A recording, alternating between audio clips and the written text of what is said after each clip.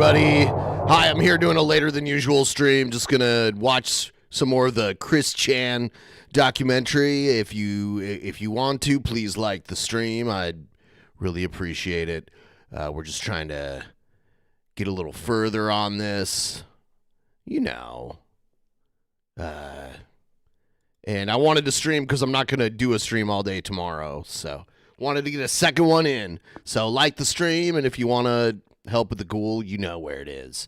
All right, we're going to get into Chris Chan, A Comprehensive History, Part 37 by Gino Samuel.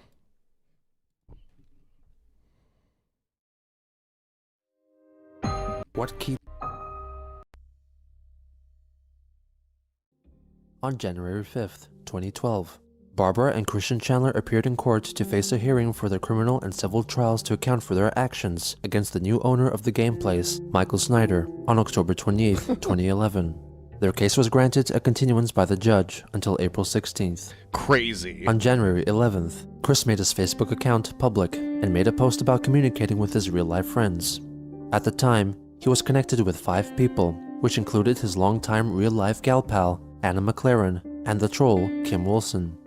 After this, he began using Facebook very frequently, writing out his thoughts and sharing them with his supposed friends and onlookers. On the 19th, he made several posts expressing his loneliness and his regretful naivety during high school, which prevented him from acquiring a girlfriend. He feared that his lack of a partner would cause a premature death. After posting on Facebook on a near-daily basis, talking about his lack of friends and his autism tutorial on Little Big Planet 2, on January 26th, he made a string of posts about Michael Snyder. I just am really pissed off with that Snyder advertising the place, not of Seaville, as misrepresented in the place's renaming, during this court crap Mom and I are having versus that b****ard. And in 2 pages of this year's NBC 29 Check Us Out mailing. It is so offensive to me. He may as well be going out against his own restraining order by standing on my own doorstep with a video player, showing his cheap TV ad, waving a blow-up copy of his 10% off coupon like the US flag, and chucking a mud pie in my face. The place is nothing but a chucking a mud pie in my face place and breeding ground for the perverted trolls and cyberbullies that have been torturing me the past. So he believed that tabletop gaming store that he was banned from was like the troll headquarters. Greater than 4 freaking years. I want to see that place burned to the ground. Anna then interjected, commenting that it may look bad for him if someone found his words and brought them up in court. On January 30th, he updated his profile photo, asking if he still looked attractive. Kim told him that he looked like her supposedly favorite actor, Jeff Daniels, and shared a still of him from the 1994 comedy Dumb and Dumber. Chris replied, stating that he had an ugly mug, and that the photo did not make him feel better about himself. Kim then offered him some advice. He does kind of have it, though. Chris, please don't be so negative. When you're negative like that, especially to people you don't even know, it radiates to those around you. It makes you seem unfriendly and unapproachable, whether you intend for it or not. If you're happy, friendly, and have an open mind, people can tell. It's like a type of sixth sense, and are more likely to approach you. Close parentheses. The next day, he told his Facebook friends to download his photo onto their phones, or preferably print it out and show it to women, asking if he looked cute or not. What? And if they ask, tell them I am single. And if they ask how am I still single, do not hesitate to inform them. He is very shy and high-functioning autistic. Tell them not to Google my name, or just leave my name out of the conversation. Yeah, Kim that'll make them Google your name. Person to allegedly do this by showing his photo to her girlfriends, and informed him that they recognized him from the mall, and suggested that he would have more luck if he approached women instead, though Chris thought himself too shy to ever attempt that. 3 days later, obese YouTuber Fat Man made a response video to the August 2011 video in which Chris accuses him of being Alec Benson Leary. Fat Man here again, and I just want to say that Christian Weston Chandler, or CWTC, or whatever his dumbass name is a dumbass, folks. And he's a dumbass because he thinks I stole some Sonic Shoes, shitty cartoons, or anything from Alec Benson Leary, but I ain't no Alec Benson Leary. My name's Christopher Paul Whitney, folks. I live in Brooklyn, not San Antonio, Texas. This guy is such a fucking dumbass, folks, okay? So including Kristen Weston Chandler is a dumbass. And he should stop being a fucking idiot. There you go. Until next time. Well said. Awesome. By a Bye naked now. guy. On February 4th, Chris read his horoscope, which stated that he should keep his business only to himself and his associates, or run the risk of being encouraged ad nauseum. He interpreted it as needing to return to the fashion square to resume his sweetheart search quietly. When he went Snake to the mall, escape. he brought with him up to 50 copies of a 10% coupon from the game place, which he had altered to say that it was a breeding ground for trolls and cyberbullies to discourage customers from coming Cyberbullies there. hang out. He would place the warning cards at various places as he went. He then wrote up an account of an encounter with security personnel. I took my normal once around the mall before settling down to hang, but I impulsively decided to leave a few photos as I walked. Eventually, I settled for my hand at a table of the S-Bucks kiosk. I called my mother to check in. While ringing, a jerk-op wandered into my space. I saw one to a handful of my warning photos in his right hand. I felt shocked with surprise. Mom answered. I played it cool with her, while I started to get up and walk away. We finished the chat. She hung up. I hung up as I walked. Then I looked back. The jerk-op following me said something. I started running into the JCP. I hid in the back for a moment to catch myself. I thought it best to leave and return another day. Set to exit via the one with the salon, he and an accomplice intercepted me. You're not in any trouble, the jerk-op said. The hell I was not, or why would the son of a bitch be chasing after me? I exited via the south exit instead. I veered my way around the eastward to the Mitsu I was driving, far east from the East Belk entrance. I started along the outer edge of the parking lot. I was spotted by the accomplice, but I was too fast for him, and I was tactful hiding and weaving around the parked cars to get to mine. Chris Chan's very fast. Did you guys ever hear that about him? He was so fast. I see the ack catching up as I was close to my car.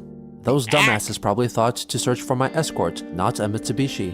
The jerk-op called out to me by name once during the mess. I was not going to associate with anyone without my familiarity of him/her. Cheap internet fame is just not worth a shit! I got into my car and escaped swiftly, leaving behind a confused accomplice. Now I rest at an McD with an Arnold Palmer tea and apple slices, rehydrating myself and resting while typing my story up. My mother does not need to know of what happened. 4 days later, Jacqueline Romy created a new Facebook account to Chris's delight. He then posted a photo of himself and Jackie lying in bed, represented by Lego pieces, happy that they would rekindle their relationship and re-establish contact. After having some conversations about what women like, he began working on a new dating education comic and shared with her a preview photo of a new page, though it was difficult to decipher due to the low quality of his computer's camera. In early February, Christian participated in an event in Toys R Us, in which he built a lemonade stand out of Legos in support of the childhood cancer charity Alex Lemonade Stand. He also learned that he could register to host his own personal lemonade stand and contribute his earnings to the charity. He decided that he would run his lemonade stand in June and quickly set up a page on the charity's website under the name Quickfill Helps. He wrote that he would do it in honor of his father, who he claimed died of cancer. Chris set his goal to $50, which was quickly raised through online donations from trolls. You know your father died of heart disease, right? On February 13th, He did. he was caught showing Not the middle cancer. finger to a law enforcement officer by his mother, which upset her, and in turn, upset him as well. On February 18th, Chris asked anyone on Facebook for the current whereabouts of his former friend, Megan Schroeder, because he believed that she was the seed of the smear campaign against him on the internet. He Why wanted did he to bring her believe in that? before his attorney, politician Rob Bell, for questioning. He then posted a photo of her and her brother John. The thing with Megan is a major lot to elaborate. In short though, I had little knowledge and understanding of details when I thought she was a victim. The trolling started before November 2007. Conversations between her and Mr. Snyder were overheard by my mother. I was, from her perspective, weird, different, my good intentions greatly misunderstood, stalker-like, etc. Put it all together. Stalker-like. She is the seed of all of that evil. Both my parents So he knew- blamed this girl that rejected him years prior for all of the trolling. I was ignorant for the long time up till now. 2 days later, he shared her last known home address on Facebook. On February 24th, the day of Chris's 30th birthday, the YouTube channel, The Quickville Library, leaked over 10 previously unseen videos from Chris, which had been originally made for Jackie. These included his date videos with his sex doll, I'm trying to get to 1/3 of the ghoul which is $300, and we're at $244.24 right now. So if you guys want to help out, use the link pinned in the chat. Version of Cake Farts, and his dance video filmed in a Walmart dressing room. Also included was a more recent video that he filmed at McDonald's, focusing on his mother, Barbara. You got your digital camera. Yeah. Just a little something there. What are you going to take pictures of? Just you. Oh. Because I love you. Oh, okay. Yeah. Yeah. So are we having fun today? Are we having fun right now? I'm eating. Okay. You know you're very pretty. You're always pretty. Oh, in context, this is disturbing. So you know we're going to get on the street and we're going to have some fun. What? Yeah. The shirt I picked out from Goodwill the other day. Yeah. I am free as a bird, and this bird you cannot change. Enjoy your food. Yes. On February 27th, he expressed his hatred for a recent YouTube video from Sega, in which the video presenters showing the prizes up for grabs in Sega's Free Stuff Friday competition passively mentioned Sonichu. This is on its own? Sonichu? No. Our licensing group gives us stuff to give away, so this is actually available for purchase somewhere, and we'll track that down. Throughout March, Chris continued to express his loneliness in the form of updates on Facebook. He also revealed that he and his mother wished that Bob were still alive, but they felt his presence in the house, Poor Bob. and Chris sometimes spoke with him in his dreams. On March 24th, Chris and Barbara traveled to Washington, D.C. to attend a live show version of the popular Discovery Channel series, Mythbusters. He took several photos with his handheld console, the PlayStation Vita, which he had recently gotten for his birthday. He had a myth-related question prepared about camel milk's effectiveness in curing autism for the show's question and answer session, but was ultimately not selected to contribute a query. 3 days later, he made a post about his carnal desires. I need some sex. I'm no different from everyone else on that topic.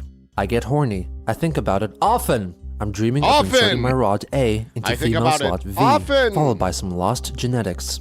Being an adult virgin sucks! Abstinence is a joke.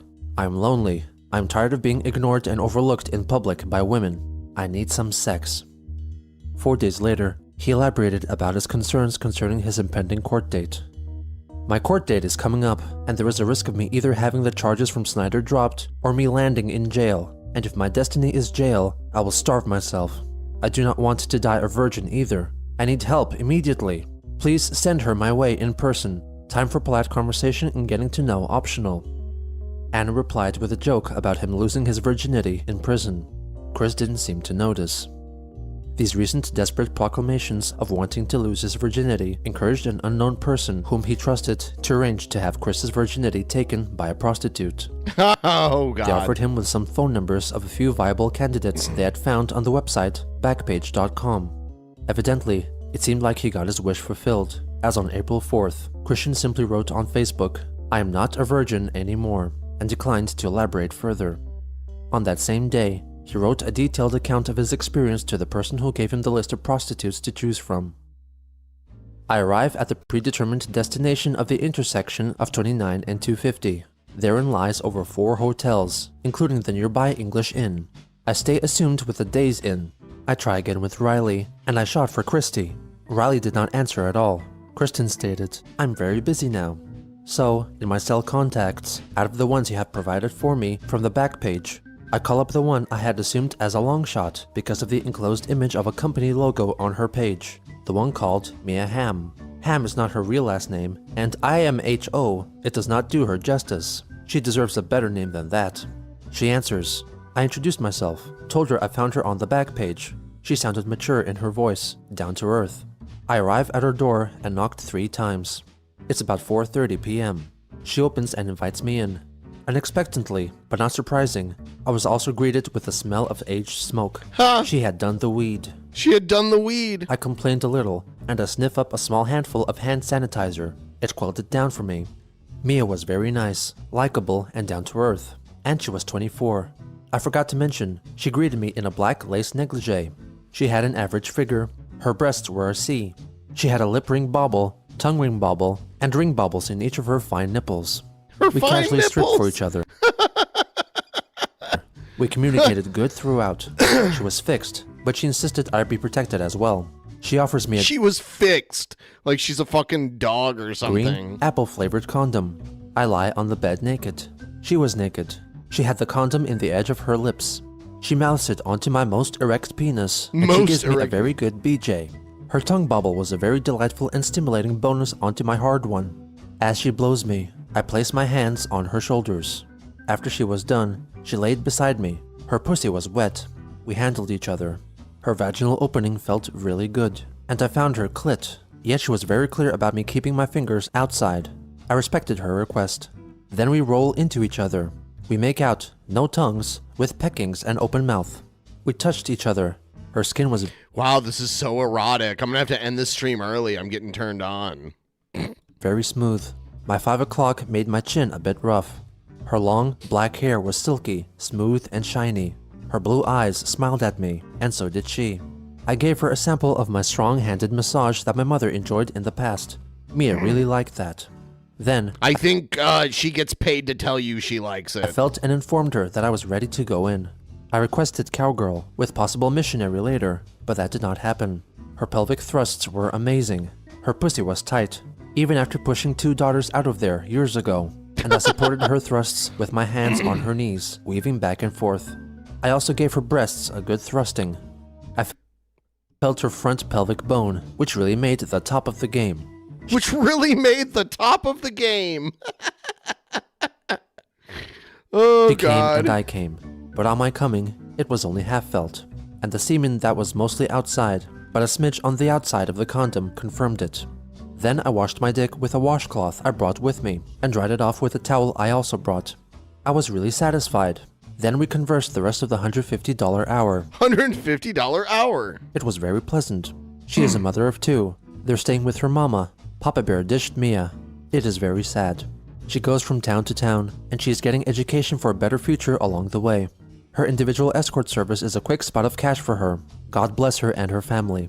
I also told her a bit of myself here and there, including the troll/cyberbully. Oh my God, I can't imagine. I can't imagine. This is the Chris Chan documentary series, and we are now on part 37 out of 80. This is the story of Chris losing his virginity. Mia is also half Cherokee, so that was an unexpected good bonus. I told her a few funny bits, informed her of what I knew of the weed from Family Guy and that one episode of South Park, medicinal fried chicken. We had a few good laughs. Then her clock chimes, alerting her that her next appointment was arriving, so we hugged another time, and I got out of her hair. I promised I would call her later. I did, about 6:30. She had already finished with the next fellow. He was a disappointment to her. His was smaller than mine, a wiener in a hallway situation. She really enjoyed my dick, and my personality. She's telling you that so you come back and pay her again, dude. I pray the best blessings for her and her daughters. Plus, I may well likely see her again another month when she's in town, and if I'm not in jail. If I'm not in jail. The whole thing felt natural to me the further it went. Do you think his parents gave him the $150? Because I don't know where else he would get the money from. So but he obviously didn't tell them he was buying a hooker. Or did the troll buy the hooker? I was also for him? surprised that I did not I have guess. premature ejaculation. It was awesome, pleasant, and so good. Worth it. Only you, until my girlfriend comes around, knows the story. But as for Well, everyone now everyone knows it. else, all they will ever get to read from me is, I am not a virgin anymore. Too late. 4 days later, he shared some more details about his experience in a private post on Facebook. He mentioned her Cherokee heritage and that she enjoyed his penis. Chris added that he had given her a gift basket as a token of his gratitude. He explained Oh my in a later God. email to an online gal pal that the gift basket contained 3 apples, a lavender air freshener, breath mints, a 4GB flash drive containing the setlist originally played during Bob's guest appearance on WTJU radio in 1990, and a Hello Kitty pest dispenser. He revealed that he had told his mother that he and Mia met at Walmart, had a pleasant conversation, and then exchanged phone numbers. On April 9th, Chris and his mother went to visit some of Barbara's relatives in Red Oak, Virginia. She planted fresh flowers at her father's and her sister Karina's graves, and enjoyed some time away from their stressful situation back in Ruckersville. The church next to the gravesite displayed a mannequin of Jesus Christ, of which Chris took a picture. 4 days later, he posted some pictures of his weight loss journey, claiming that he weighed 223 pounds and continued to lose weight. The next day, he met up with Mia Hamm again and recounted Chris Chan's definitely thinner now. his encounter via email to a gal pal, portrayed by the troll who played the part of Kim Wilson. I have also hung out with Mia again today, treated her to a pleasant and good lunch and another good amount of conversation. We got to know each other Oh, he was a repeat customer. a little better. Then, after returning her to her hotel room, I gave her another little donation towards her funding and gave her the missionary. I am naturally really good, a lot better than had thought before. If I may state, you really missed out on having this bad boy that has felt tightness within a pussy that gave birth to 2 girls beforehand. God, he keeps mentioning that. I'd say that Holly would be loosing all of the doors off their hinges with my penetration, relatively speaking, referencing the Robot Chicken sketch God. with the woman tossing a wiener down a hallway in front of her boyfriend. Look it up on YouTube. On April 16th, Chris and Barbara appeared in court before a grand jury. They were indicted on their felony charges, and their arraignment was scheduled for July Yeah, they were charged. Him and his mom were charged with a felony. 10th. Afterwards, he posted a tweet on the social media site Twitter, wherein he complained about his lengthy court appearance and wished that Michael Snyder died from stress because he needed to sleep. At around this time, Christian began visiting the Quickie forums, an offshoot of the Quickie which focused on user discussions about him and the things he did. He registered under an assumed name, and in the comments he made, he tried to portray himself as a remorseful troll and would defend Chris's actions. His unique writing style made it obvious to other forum members that it was actually Chris in disguise. His posts on the forum are thought to be lost. On April 25th, he revealed his supposed plans to go to Charlottesville's Fashion Square on the I'm gonna blaze up some of this wax here. I'm the original dab streamer. 28th to resume his sweetheart search in earnest over Facebook, hinting that he expected trolls to show up as well. On that day, he posted on Facebook again, victoriously announcing that he outsmarted the trolls because he had no intention of going to the mall, for he had been banned from entering the Fashion Square. I had no intention, purpose, or ability to go to Fashion Square at all on today, the 28th. Do you want to know why? Oh, you are all so impressionable. On the 31st of March, I was really having a bad day, what with the upcoming court date on the 4th of April and all. I was feeling very irritable then. I was walking the mall peacefully, but with the stress in my head. I answer a few calls from a troll or two, just to give you all a piece of my anger. Yes, yes, laugh and scoff all you want. My answers were cursory and loud, overheard. Yes, I was chased by jerk-ops, but I did not receive the yellow slip until the 25th of April that said, banned. So, I later decided to pull a prank on you all. The elaborate Facebook note, letting you all shoot yourselves in the foot more by prank calling the mall and their latest manager, Mr. Wiener. His name was on the slip, next to manager. I too scoffed at his small sausage name. All I had to do was stay at home with doors locked and let you all argue and fight it out. I read your posts and laughed at everything you thought was true or what was false, theories and mistaken facts. You all think you know me, but you really do not. And you all just do not and never will understand me at all. And as long as your purpose of knowing me consists of that gossip columnist or worse, trolling, bullying, cyberbullying, abuse, or anything of malcontent, I do not want you to know me ever. In the end, you all have played right into my hands, like me overlooking the battlefield and picking up / placing you all one by one into the bombing range center. I am a lot more intelligent, wise, and knowledgeable than your puny minds can theorize. I am not stupid, nor am I a moron. And you know, I am not stupid, nor am I a moron. what? You all have made me this way. Crazy and paranoid, with loss of peace of mind. I'm watching each and every one of you fallible trolls, and rest assured, I know where each of you live, and I'm coming after each of you all. Yes, it was me, and those posts were real. A day later, he posted a screenshot of another member's post on the Quickie forums and revealed that the inspiration behind his trolling persona Jenkins Jinky's elaborate childhood backstory was inspired by a quote from the adult cartoon series Family Guy. On May 1st, he further explained how he fooled the trolls by getting banned from the mall and revealed that he had sex with someone he found on the back page. He closed his post by stating that he had made over 200 screen captures of the Quickie forums, intending to possibly use them as evidence in court. Yeah, that's On gonna May 9th, happen. feeling lonely, Chris The encouraged his Quickie Facebook friend Forms later became the Kiwi Farms, eventually, I believe. I think the Quickie Forums turned into the Kiwi Farms. to help him find a girlfriend by asking them to talk about him to women in Charlottesville. Kim Wilson left a reply, politely refusing to introduce Chris to random women, and would continue to supposedly talk about him with her own girlfriends. 3 days later, he posted a photo from 2007, which Daniel Mims and Lucas from The Game Place posted on the internet, and practically began the entire trolling campaign against him.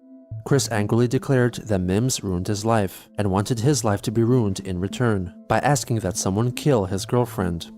After Kim asked him what Mims' girlfriend had done to him, he reinforced his stance that Mims did not deserve to have any love in his life, because Chris had none in his.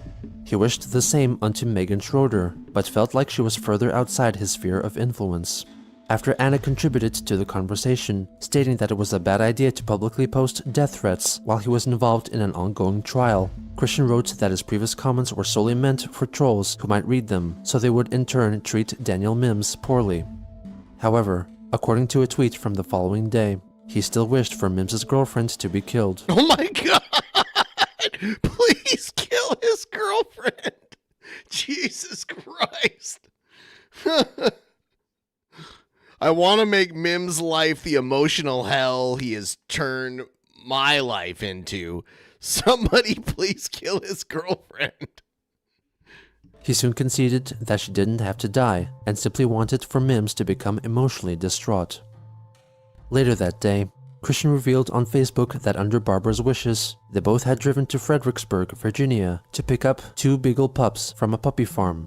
They were named Clover and Snoopy, and Chris shared their photos online.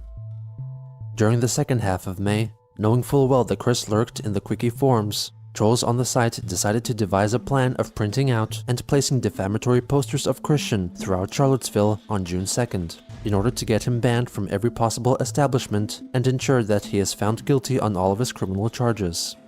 From May 26th, some trolls allegedly began warming up for their plan by posting photoshopped images of posters put up in some select locations across Charlottesville and custom signs branding him a sexual deviant. Chris found these pictures and reposted them on Facebook and asked his friends to confirm if they were real or fake. Anna commented that they were all fake and told him not to get tricked by them so easily. She also ousted Jackie and Kim as trolls. Chris did not react to this comment. A couple of days later, he asked that someone infiltrate the game place and see if they had any of the posters on display, because he suspected that Michael Snyder may have had a part in the poster scheme. In addition, based on information he read on the forums, he requested that one of his friends go to the bar Club 216 in Charlottesville, since that was an alleged meeting place for the trolls. On June 2nd, the so-called Tea Day, Christian woke up at around 6 a.m. and began observing his immediate surroundings from his home and kept a close eye on local news, all while making numerous Twitter and Facebook posts about his concerns over the poster and flyer campaign. He asked his friends and anyone else who was reading his comments to go out and try to catch trolls in the act. According to the phony information he had read on the Quickie forums, some of them would be dressed up as clowns, Ku Klux Klan members, or picklemen. He also feared that some of them may have come armed. At one point, he believed that the trolls had hired a skywriter to write a defamatory statement about him. Chris angrily scolded his friends for not responding to his pleas for help. Kim soon left a reply, informing him that she had just gotten home from work and was not able to respond to him earlier, and that she also drew a blank and couldn't think of a thing to say.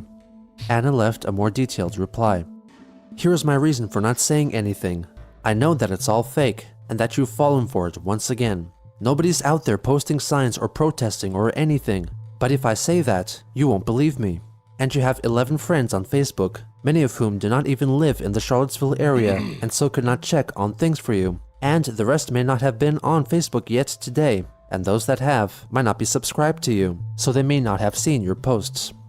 Chris retorted, I'm probably an idiot for asking at a time like this. How do you know? Do you have some intel of your own? Did you know a detail I did not? Please explain, Anna.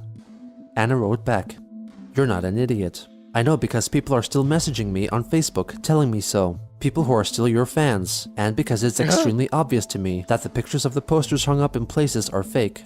I've gotten very good at spotting the difference between real and fake over the years. And by using logic, it's easy to see that nobody's going to spend money on a plane ticket, /gas, /hotel room, /taking off work just to come torment you for a day. 2 days later, Christian published a Facebook note announcing that he had apparently informed the authorities about the flyer and poster ploy against him. He then lashed out at the trolls for lying about the poster campaign ever taking place, and revealed that he was reading the quickie forums using the account Trombonista. On that same day, Chris wrote an email to his online gal pal, sharing his doubts about his future. I am so tired from stress, it is harder for me to maintain focus in thought. I feel like I just want to go ahead and die naturally, unless the stress kills me first, and I'm not going to commit suicide of any sort. At least I don't have to worry about dying a virgin. I feel like my dream of starting up a family with my I did watch 36. We're on 37 now. future sweetheart and having The our last crystal one I watched was the Bob Death episode. daughter is not going to be realized or come true. We do get out. It was just for June 2nd that I had to stay at home to remove me from any suspicion by the damn jerk-cops. We have no respect for the local police. I slept most of the day away after staying awake for a long while worrying. I crashed at about 8 a.m. My only great purpose now is for my mother, our 2 cats, and our 2 puppies.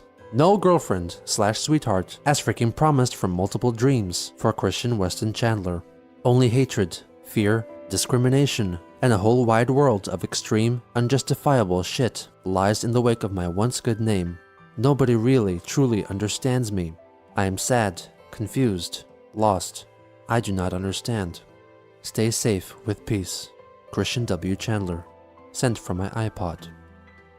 On June 8th, Chris expressed his loneliness after witnessing a young man nibbling at his girlfriend's ear. He said that he felt like a supervillain because he wanted to make the boyfriend as well as all males between the ages of 21 and 50 disappear. Wow, Jesus! By sending them to a different dimension. 2 days later, he set up his lemonade stand to support the Alex Lemonade Stand Foundation. His original plans were to host it outside his home and have it on for 3 days, but instead, he decided to move it to his church and run it for only one afternoon. After it was finished, he wrote that he raised $50 for the cause. $50, wow. On June 14th, he complained about a McDonald's employee who got angry with him for swearing and posted her photo on Facebook. On the 27th, Chris had an explosive outburst on Facebook, ordering all of his trolls and cyberbullies to quit hating him, discriminating against him, wanting him dead, photographing and photoshopping him, among other demands. Anna suggested that he could solve the problem by withdrawing himself from the internet and changing his phone number. He claimed that he couldn't change his number because it was linked to too many things and contacts, plus it was on his business cards, which also listed a QR code connected to his Nintendo 3DS. On that same day, he complained about a woman at McDonald's who allegedly discriminated against him. He took a picture of her and shared it on Facebook, asking his friends and followers to throw a newspaper in her face. On June 28th, Chris expressed his diminishing will to live from having a dead soul. He wrote that he had taken his Transformers Megatron pistol and shot himself in the head to symbolize how internally the dead Transformers he felt. because Megatron can morph into a pistol. The next day, he wrote a lengthy post about his loneliness and hatred for the trolls, and also passively mentioned that he had recently been banned from 2 McDonald's establishments. I have been encountering people who started hating me in reference to the recent bans from those 2 McDonald's. That now makes 5 places I have been and am banned from around here, counting Fashion Square. Damn that man a jerk. Piedmont, Virginia Community College. Damn Mary Lee Walsh. And the place. Children fucking damned Michael Snyder. I seriously have been publicly invisible for years. The damn trolling stupids have manipulated me, smeared my once good name through the worst mud, muck, and bodily fluids, mentally and emotionally raped me continuously, made the worst imaginable reputation of me on the internet, and relate that onto offline life in gossip, rumors, and presidentially grand, fucked up campaigns. My mind is comparably as worse off as a terribly bad drug addict, constantly blank, irritable, untalkative, ignorant to most social cues, lost in life, yada yada yada. Except I do not do any of those drugs or smoke, and I just do not understand most people and a lot of shit in life. It was possibly around this time that Chris wrote a brief Facebook post praying that someone plant a bomb in the game place and have it destroyed. Jesus along with Michael Christ. Snyder. He quickly deleted these comments. On the final day of June, It's crazy because, like, so many people have tracked what Chris does over the years that even when they delete a Facebook post, it's saved forever and uploaded in multiple places where it just never completely goes away. he asked for his Facebook friends to help him with a power outage caused by a tree that had fallen on the power lines. On July 1st, the tree was removed and power was restored to Chris's house and his neighborhood. Everything is documented. On July 10th, On July 10th, Cookie Forum users Cyan and Indigo attended Christian and Barbara's arraignment at Charlottesville's Circuit Court. oh my God, people, yeah, because they were charged. They were charged with, like, felonious assault. It's craziness. And later gave their own accounts of what had happened on the forums. Barbara was the first to go. When the judge began asking the usual questions, such as, do you fully understand the charges you face? Barbara asked if she could have Belle answer for her. The judge wasn't very patient with her, and Barbara seemingly attempted to protest. Barbara simply answered yes to all of his standard questions, pleaded guilty, and sat back down. Barbara looked as though she had lost significant weight, and another older woman was with them. It's been confirmed that she's Rocky. Meanwhile, Chris was busy completely disassociating himself from the situation. This must have been such a shit show in a courtroom with Chris Chan and their mom. He fiddled around with his sunglasses, making a few noises when they collided with the table every now and then, played with his ring, and didn't seem like he was paying much attention to dialogue he probably ought to be listening to. The prosecution got to have a speech before it was Christian's turn to take the stand. I can't remember everything they said, but the important parts were that Snyder didn't want Chris and Barb to be stuck with a felony charge. Dr. Spock, what the schizo have you been talking about for the last, like, 10 minutes? I've been trying to pay attention to what I'm watching, but I keep glancing at the chat, trying to make sense of what the fucking shit you're talking about. I have no idea. It's like, it looks like English, but it's a different language. It might as well be a different language. That's all I can say. And that he hoped that the plea bargain would be accepted by the judge. Bell took a turn to speak. He surprisingly introduced Chris as high-functionally autistic, which is an outdated term and not part of the autism spectrum. At one point, he called Chris an adult autistic child. This drew a notable reaction out of Chris. He went so far as to change his facial expression from severe pouting to as close to outrage as he dared show. He nearly interrupted his lawyer, but must have thought better of it and quieted whatever he was going to say into an intelligible mumble. He also made note that if the plea bargain was accepted, Chris would be assimilated into the world, taught how to contribute to society, and would get psychiatric evaluations and treatment. Chris mumbled something and seemed really distressed by all of this. When Chris was brought to the stand, he stress-sighed first Yeah, the he then stress repeated his side. mother's earlier question in hopes to get Bell to speak for him. The judge shot him down the same way he did his mother, and proceeded to ask the questions. This is where the things got amusing. Do you understand that you're to be charged the court fees should you accept the plea bargain? Yes, my mother will be taking care of that. Do you understand that you're to pay Michael John Snyder for his medical expenses? Yes, but I don't think that thieving liar deserves a red cent. Oh my God. Oh yes, folks, I kid you not. Our beloved mayor of Quickville committed public slander in a court of law. I expected a harsh reprimand for such egregiously bad behavior, or perhaps even for his plea bargain to be denied. But alas, the judge pretty much let it go and continued on. Welp, another free pass for Chris, brought to you by the Autism Card. And finally, when asked if he willingly pleaded guilty and was his own conscious choice, Chris hesitated for a good 5 seconds. Yes. failed to stop at the scene of an accident, and Barbara was charged with assault on an officer. Barbara was sentenced with community service and 2 years of probation, and Chris was sentenced with community service 1 year. I always have to speed it up when this song plays. Hold on, what was it again?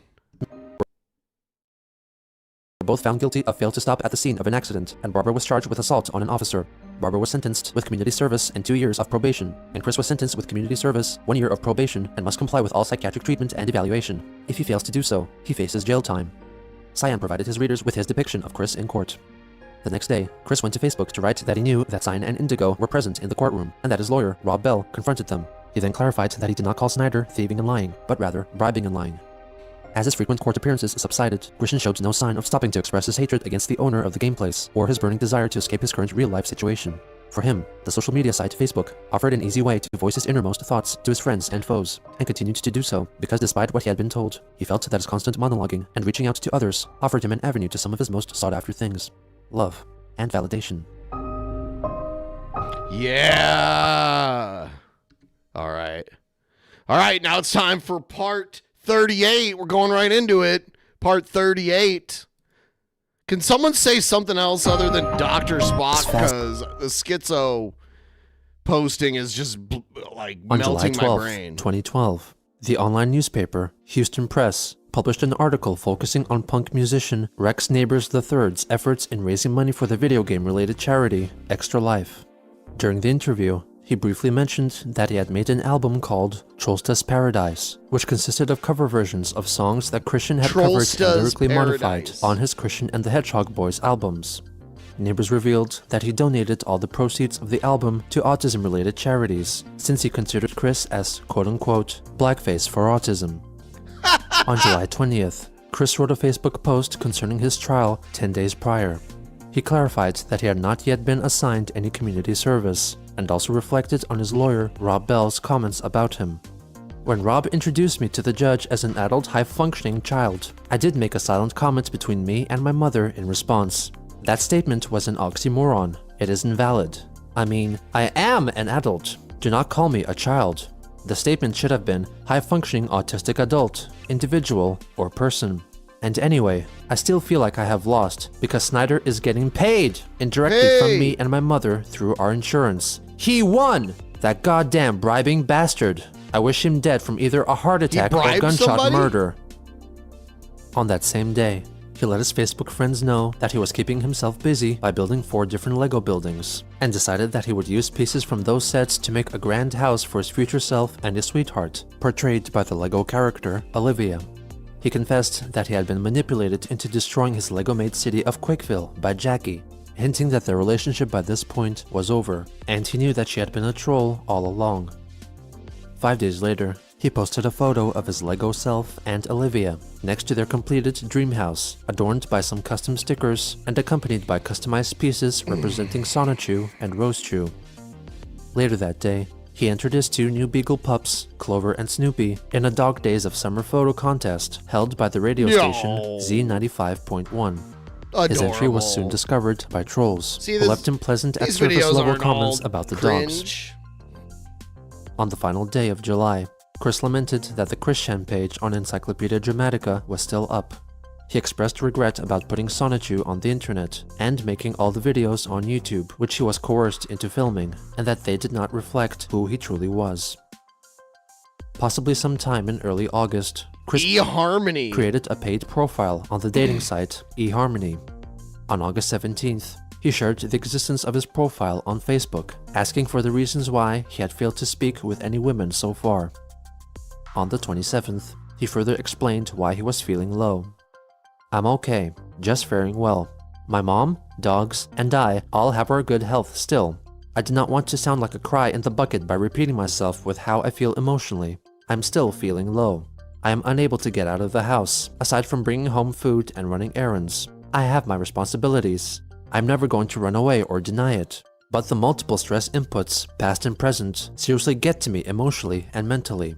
And no woman is contacting or replying to me and my paid membership on eHarmony. Constant boredom and loneliness is daily.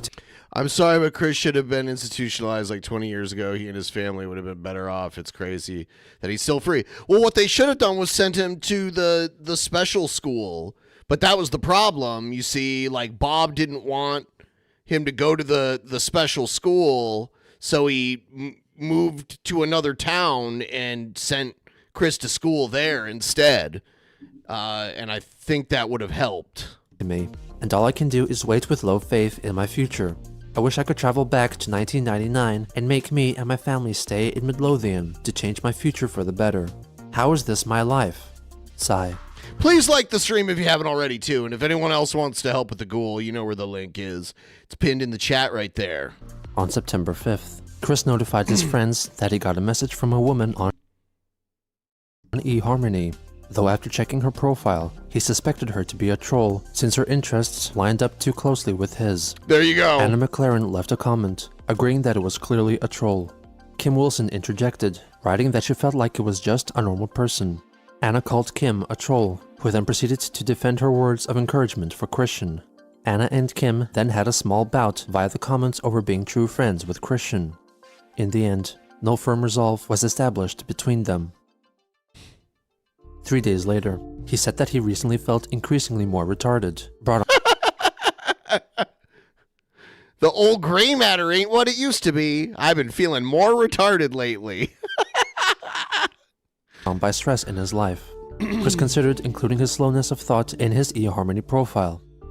On September 11th, he reflected that it had been over a year since his father Bob had passed away. His loss had resulted in increasing stress for Chris, which manifested itself in allegedly unnatural-sounding belches and mental griefs. He further highlighted that no women replied to his messages on eHarmony, angrily asking if he looked too ugly. In closing, since it was the 11-year anniversary since the felling of the World Trade Center Twin Towers, Chris reminisced that on that day, he was out shopping with his mother and bought himself a pack of Pokemon cards. On the 23rd, he stated on Facebook that he had tried messaging the wallflower, but got no response. Throughout October, Christian continued to write Facebook posts expressing his profound sadness and loneliness brought about by numerous factors, such as his father's death, bullying from trolls, and a seemingly futile search for a sweetheart. On October 8th, he sent an email to Kim Wilson, writing about how the Chandlers were considering bringing their two beagles to a professional dog trainer with whom Barbara had flirted, as the dogs were in need of proper training. Yes, Bob was living in denial. In addition, he told her that he put his mind at ease by building Lego structures, playing video games, and meeting once a week with his pastoral counselor, Rocky Shoemaker. He also feared that his Facebook account had been hacked into, so he promptly changed his password. On November 2nd, Chris wrote that his foray into dating via eHarmony had not worked out as he had intended. He further reflected that he was not suited for online socialization and that supposed damage and missing links in his brain prevented him from excelling in public as well. 5 days later, he posted a photo of his custom-made Lego watch, which was supposed to represent himself, and added several puntsome statements about the watch. On the 26th, he wrote on Facebook that he was feeling down again, missing his father. He also expressed his hatred for the entire male population for taking all the women and leaving him with none to choose from. 3 days later, he revealed himself through a captioned photograph of himself that he was a true American and also a brony. When Kim asked Chris about what a brony was, he told her that it was a male fan of the cartoon series My Little Pony. On December 11th, Chris also came out as a gamer publicly on Facebook. As a gamer. The following day, he informed his friends that he had recently gotten a new gaming device, the Nintendo Wii U, and subsequently donated his old console, the Wii, to his church. He then requested that if any of his friends also get a Wii U, they should send him a friend request to his username in Nintendo's online social space, the Miiverse. He scoffed at the trolls for not discovering his account sooner. On December 20th, as a Christmas present, he offered a free download of the recording of his father Bob Chandler's guest appearance on WTJU radio in 1990, plus an additional 3 hours of jazz music. A few days after Christmas, Chris lamented again that he felt very lonely and almost wished that the world indeed ended, referring to the popular conspiracy theory of the time that the end of the world had been prophesied to come on December 21st, 2012. On the final day of the year, he commented that his New Year's resolutions for years have been to find a woman to make into a sweetheart. Yep, but the sadly, love quest. that wish had yet to be realized. On January 1st, 2013, Christian left a comment directed at his friends. Stupid comment. If there is anyone in my friends list who knows any slender woman in Charlottesville, Slender Virginia, woman. who can introduce me to other women in Charlottesville, Virginia, of which are very likely to be single, smoke-free, slender, honest, and true, I Slender. would be eternally grateful. Yep. The next day, he wrote again that he felt depressed and that his life was like a nightmare. He posted 2 photos of a Lego figure representing himself. First, standing upright, and then lying face down. He soon made the Lego figure his new Facebook profile photo. On that same day, he posted the photo of him accepting his graduation certificate at Manchester High School in 2000 and expressed his regret for not shaking anyone's hand and running off stage crying. He stated that his mother had told him that his actions brought shame upon their family. On January 10th, in an email to one of his gal pals, he revealed that pranksters sometimes threw eggs at the Chandlers' house and their cars. He also told her that he felt great difficulty in opening up to new people because he believed that anyone he may meet in real life, even police officers, might turn out to be trolls in disguise. After Jerk sympathizing cops. with him, she let him know that she would be attending the gaming convention, Madicon, in nearby Harrisonburg, Virginia, and asked if Chris would be interested in coming along. After several discussions with his mother, Chris stated that he was allowed to go to the convention for 1 day. However, in order to limit the number of people there who might recognize him, he planned to wear a costume fashioned like the one seen in the 1997 film Eyes Wide Shut. At the end of the month, at the suggestion of a fellow churchgoer, Christian created a profile on the online dating site, Match.com. When he was setting up his account, he found that someone else had used his email address to create an obscene profile, which he quickly wiped clean and personalized, Oh and set my his God. username as Quickville Guardian. On February 4th, Chris posted a recently discovered photograph featuring Daniel Mims from the Game Place, the person who helped spread Chris's 2007 photo on the internet. He asked if It's anyone really knew cool of his that current we actually have the true and honest Chris Chan in chat. I wonder when they started using the screen name at Dr. Spock. I don't know. whereabouts, so he could either send him or hand him a letter expressing how strongly he felt against him and his friend, Lucas. A couple of days later, he posted about his enjoyment of the 2012 Teenage Mutant Ninja Turtles animated series, and attached a photo of his Lego TMNT figures, revealing that he had drawn breasts onto the female turtle, Venus de Milo. Not long after, Christian made a Facebook post shared only with Kim Wilson, showing that he decided to shave off his eyebrows and was evidently not pleased with the result. After receiving some suggestions from her, he decided to start using a smudge-proof eyebrow pencil and custom shape his eyebrows. On Valentine's Day, Chris asked her if she knew of any record dealers or collectors in the area, because he and Barbara were intending to sell Bob's extensive record collection to pay off their debts. On February 25th, a day after his 31st birthday, Christian wrote an extensive complaint on Facebook, focusing on a short YouTube video featuring the voice actress Tara Strong, playing the part of her Twilight Sparkle character from the series My Little Pony, Friendship is Magic, performing a parodic troll-related rap. While I do respect her voice acting in MLP FIM, and she does a good job at portraying Twilight, I feel distraught in hearing her voice not only in promoting trolling, but linking Twilight with the act, even as to dare mark the now Alicorn a mascot for trolling. As a lot of people are aware of me, I have been a grave victim of trolling for over 5 long years.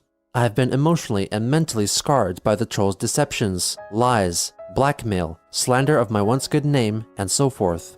Now I am like a black sheep of the world for the wrongest of reasons, and people are afraid and misunderstand worse of me and of who I am and was. So I address you, Miss Tara Strong. Did you have any knowledge or acknowledgement of what trolling was and is, and how these horrible people have and continue to mentally and emotionally damage innocent people with their twisted, sick, demented and evil ways alongside Anonymous and 4chan behind the veils of the internet?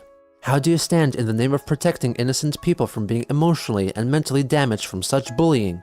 And what were you thinking at the time when you recorded your voice for Black Griffin's meme, which obviously depicted and promoted trolling? If you had absolutely no regard to the consequences of the people, including myself, who were, are, and have been the tragic victims of the bullying trolls, then I see a lot of disappointed Twilight Sparkle fans and bronies ready to boo at you. Please prove my theory wrong, and make a statement directly from your person, and in the good name of Twilight Sparkle, Bubbles, and all of the characters you've given your voice to. One of his readers decided to forward his message to Tara Strong's own Facebook account. Oh my god. She addressed Chris's post the next day. I don't think I've seen anyone put an ugly spin on something this outrageously for their own attention. Anyone who follows me knows that I'm on a huge anti-bullying platform, and even wrote and produced a song about it. All my trolling, as we on Twitter call it, is completely adorable and makes people smile. Christian's article makes me angry and disappointed. Hope I never meet the guy. Wow! The next Damn! day, Chris defended his comments on Facebook, calling out trolling as bullying and denouncing Strong's involvement with the short. In early March, Christian dyed his hair Wow. back to brown after admitting to Kim that his blonde hair did not bring him as much attention as he would have liked. On Saturday, March 9th, he attended Medicon held at James Madison University, where he met up with Kim and also 2 of her female friends. He showed interest in one of them, but Kim told him that she already had a boyfriend. After he got back home, Story he of his wrote life. that it was his most enjoyable day in a very long time, but his good mood was soured when he found out from the quickie forums that one of his most suggestive pictures that was leaked to Jackie was featured on the MTV show Philosophy. Wow.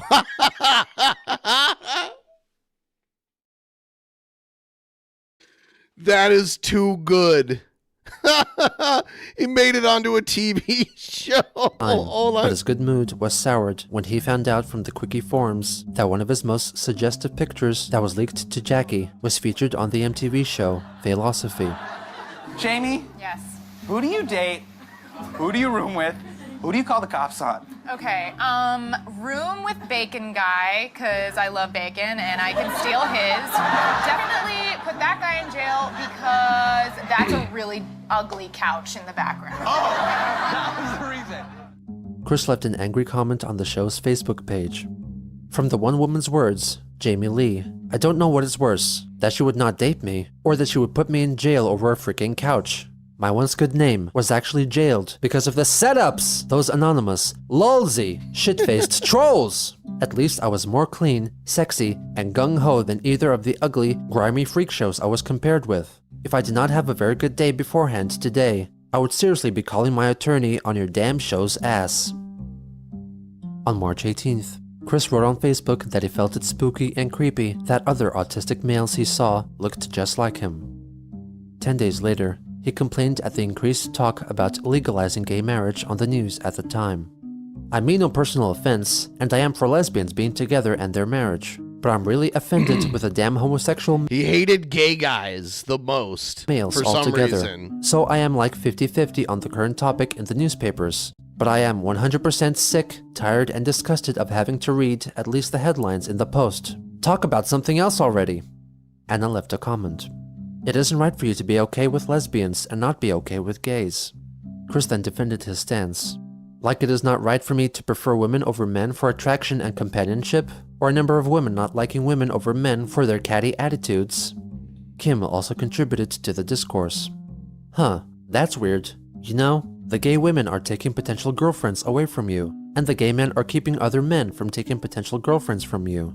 So, you've got it backwards. Anyway, you know, some people might be against autistic rights, you know?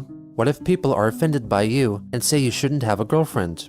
Chris then replied, well, I do not like the majority of the male population regardless. The straight ones take the women away. The damn homo males not only try to push their gross ways onto me, but have emotionally and mentally devastated me in their shit troll/cyberbully ways, and they have mislabeled me and Sonaju as such. Damned males piss me the hell off.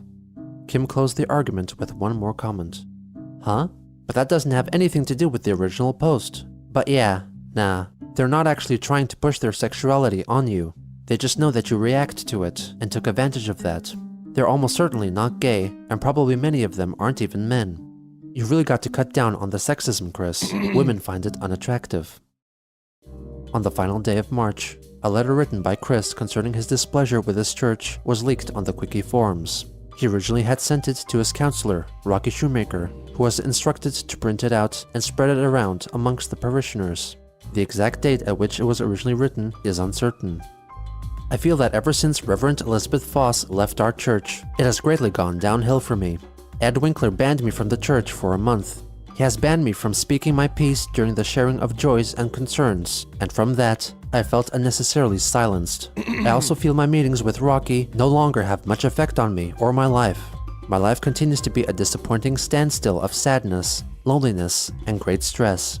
Only the people way older than me ever do so much as greet me, and I have very little to share in common with any of them. Nobody even close to my age, or even in their 20s, gives me much to do, or include me in their conversation. Aside from that, I am hated by a number of people for reasons beyond my full understanding, because I always tried to be a good and nice person for a long time, and in public, I am constantly overlooked, ignored, or ostracized by everybody. This is Even the woe is me saga. Speaking out gets me absolutely no attention. I continue to be paranoid of most everyone, because of them likely being among the internet trolls that still continue to haunt and taunt me. I am still long Haunt desperate and for a woman to be taunt. my sweetheart. I am tired of being single, dang it. I continue to serve my family the best I can, and I continue to feel sad, depressed, and lonely. My heart feels numb, and I am forced to keep a great emotional distance from everybody outside my house and home. I am an autistic mental House and home. Who does that sound an like? emotional mess, and there is very little I can do to help myself beyond my knowledge. And God sees fit for some hate-filled reason to continue to curse me as a jinx. And so, the church is not helping me much in my life, mentally or emotionally at all. So I will not be coming back for a long time. On April 4th, Chris made a post about wanting nothing to do with Michael Snyder or the game place. In a private post made public only to his friends, he further elaborated on his hatred for the place and singled out Megan Schroeder as the prime queen of the trolls for conscripting Snyder, Mims, and everyone else at the game and hobby store against him. He wished to exact revenge on her and have her jailed and beaten up for allegedly being a Jailed vile, and wicked, beaten up. traitorous bitch. On April 20th, Christian posted 2 photos of himself holding up paper signs. One stated, "I'm my own free bitch," and the other read, "Haters to the left," with an arrow pointing at Chris's left, but the viewer's right, which unintentionally ended up pointing at Chris. Anna fixed this error and posted an altered version of the photo in the comments. He allegedly made these pictures for a girl who he was introduced to by Kim Wilson. 2 days later, he shared a photo of his cat Lucy sitting on his belly, which he called his shrinking mound. On May 15th, Chris went to Facebook to express his disgust for an upcoming spin-off movie of the cartoon series My Little Pony called Equestria Girls, in which the main pony characters are reimagined as humans. Chris claimed that this movie would invite pedophiles into the fanbase, which according to him was already polluted with so-called horse enthusiasts. On that same day, he reported that his iPod had fallen out of his pouch, and while still functional, its screen was cracked. 4 days later, he displayed his new invention, which allowed him to store a couple of Apple devices neatly in one place. Necessity is the mother of invention. I'm glad I crafted the idea for my idea bookcase. Photos taken with new iPod Touch 5th Gen, out of duct tape. The front and back covers are lined with bubble wrap. The inner spine loop can hold as thick as a charging cable, or most pens. There are holes for the cameras to see through very well, and the corner holders are very successful in holding most iOS pod/phone devices. And there is also the Velcro clasp. iPhone 8 gig for calls, business and internet. iPod 32 gig for entertainment with videos, music and all. I keep it safe with the lanyard strap and tucked in my bosom. On May 23rd, Christian made his first appearance under the username Painting a Tree on the Quickie forums in a thread about possible server migration. Even though the conversation itself had since migrated onto another site and no longer available in its original layout, the content remains the same.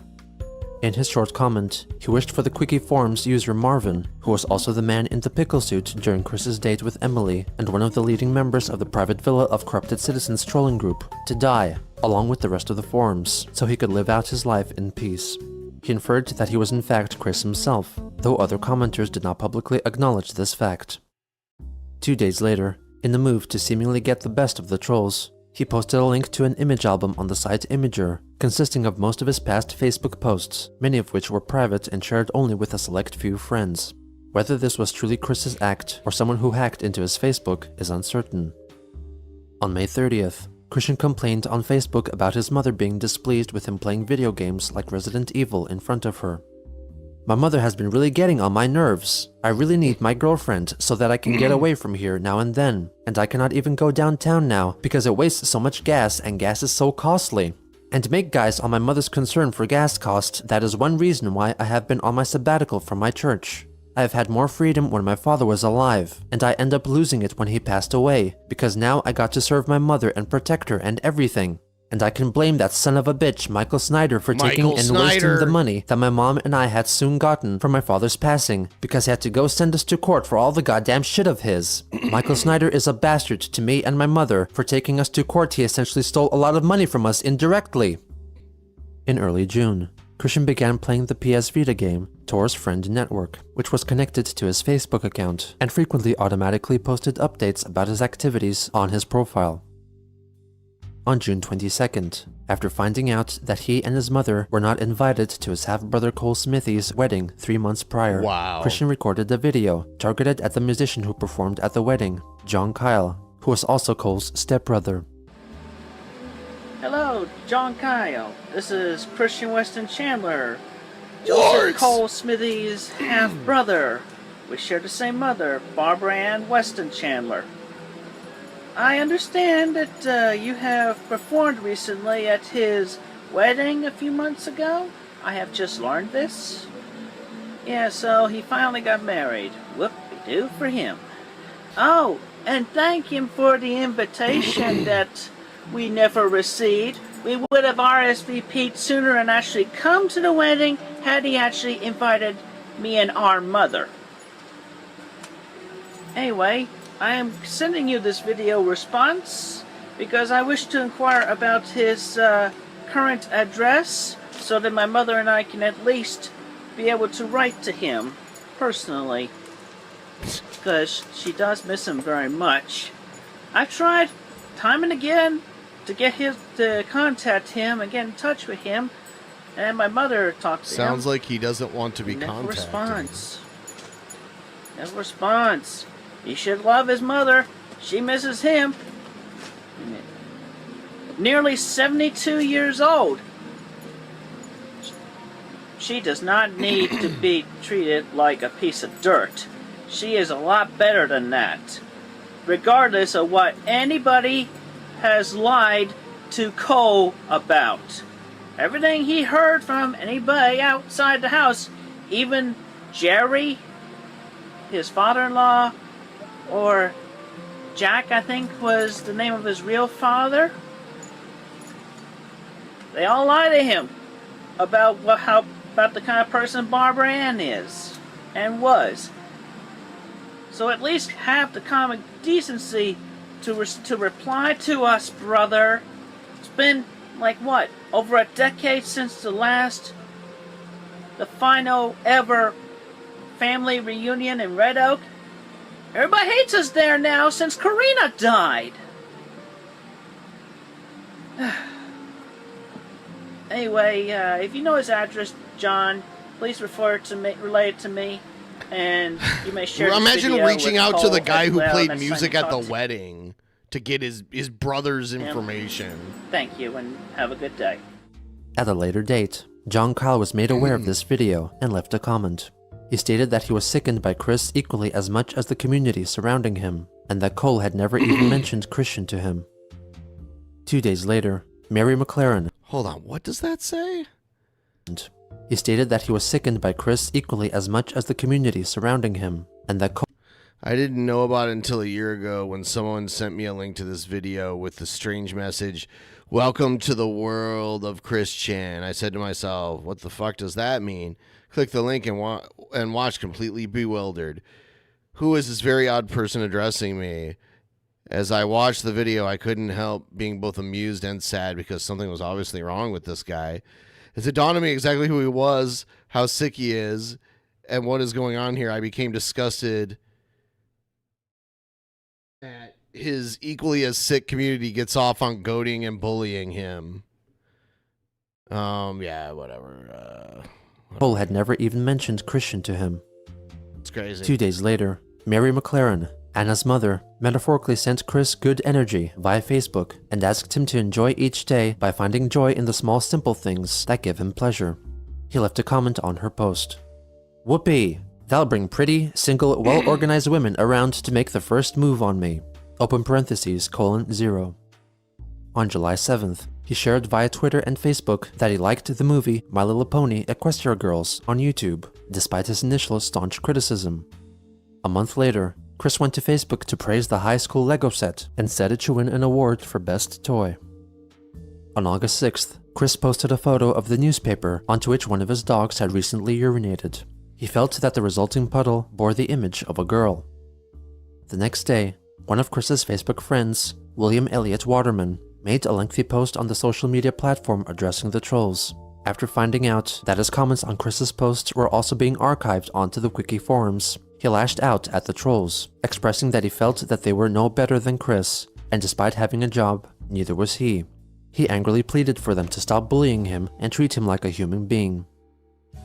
Sometime in early August, Christian began tracking down as many people as he could from his Manchester High School class of 2000 on Facebook and sent them friend requests. After they connected on Facebook, Chris sent them unknown gifts, for which they thanked him via post on the social media site. He apparently had trouble finding Tiffany Gowan, one of his closest gal pals, so he asked on the Quickie forums through his Painting a Tree account about her whereabouts.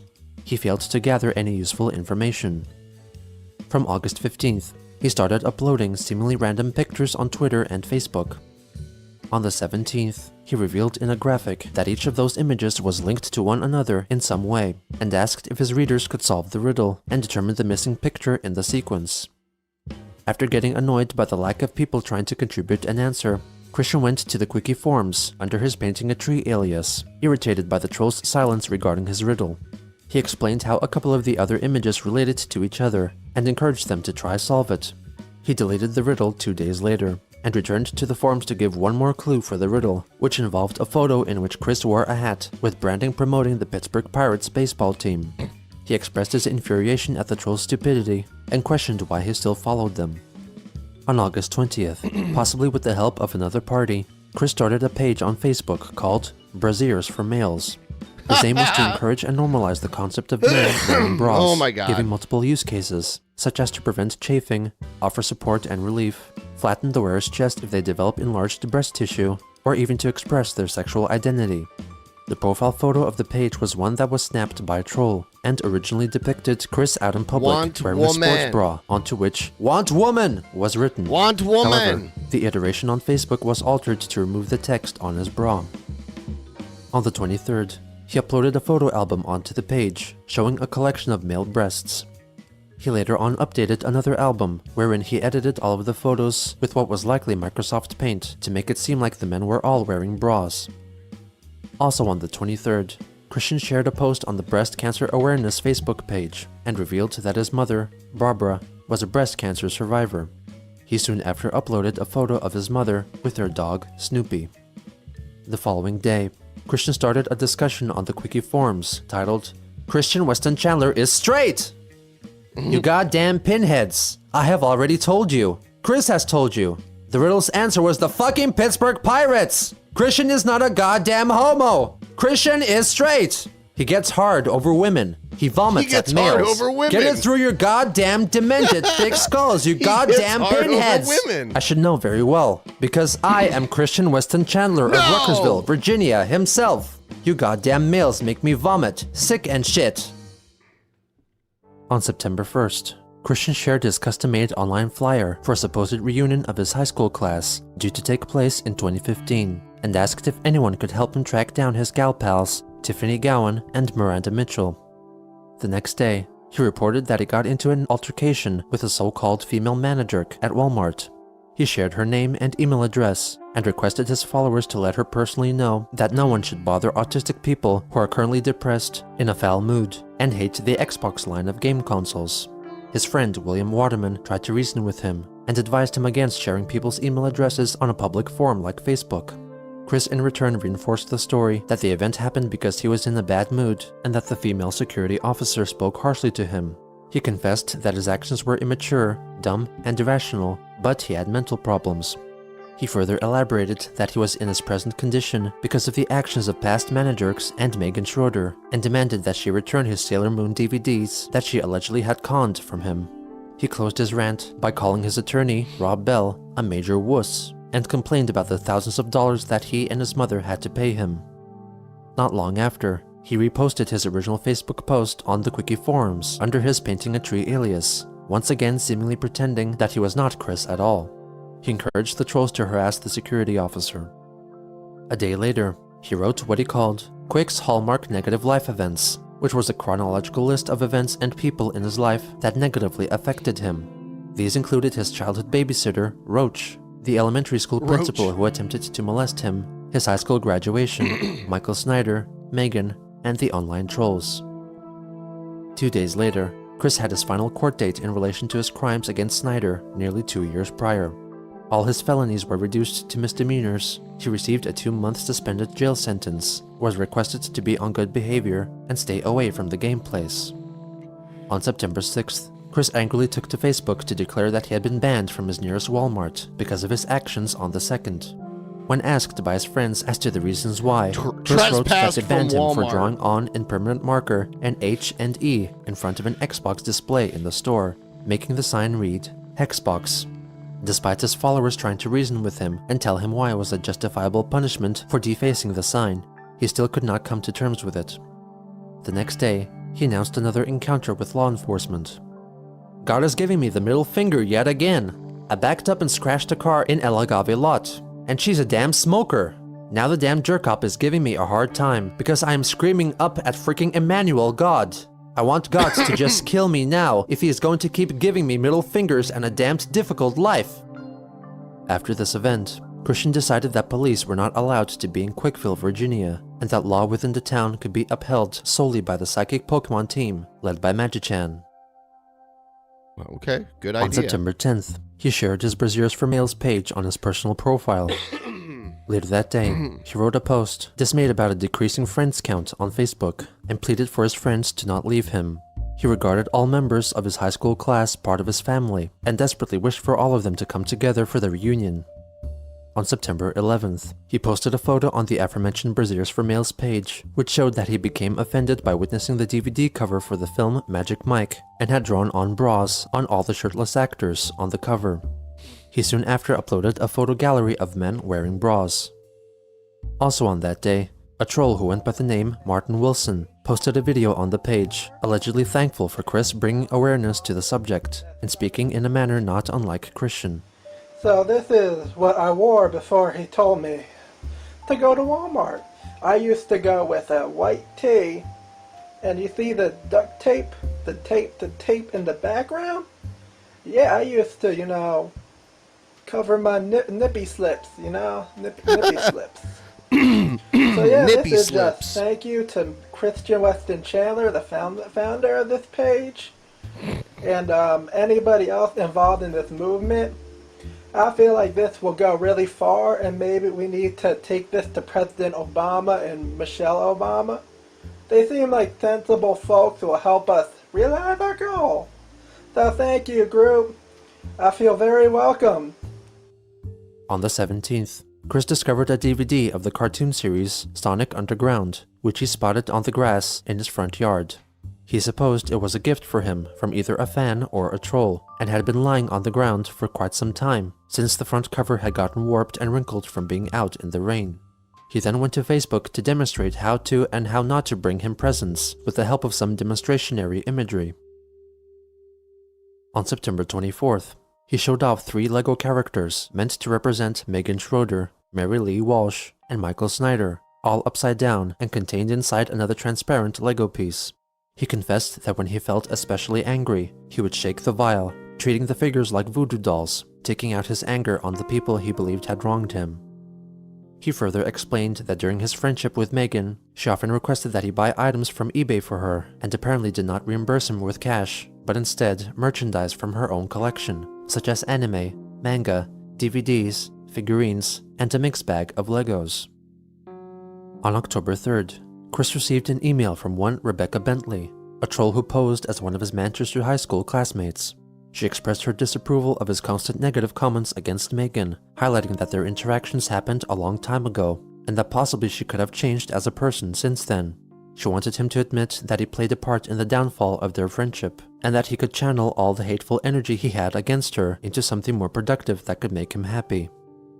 Throughout early October, he continued to make hateful Facebook posts against Megan, claiming that he would only forgive her Poor if she girl. apologized to him face to face, gave him back his Sailor Moon DVDs, and when all the negative words against him on the internet are gone forever. On the 5th, he alleged to have been penned by an impersonating troll.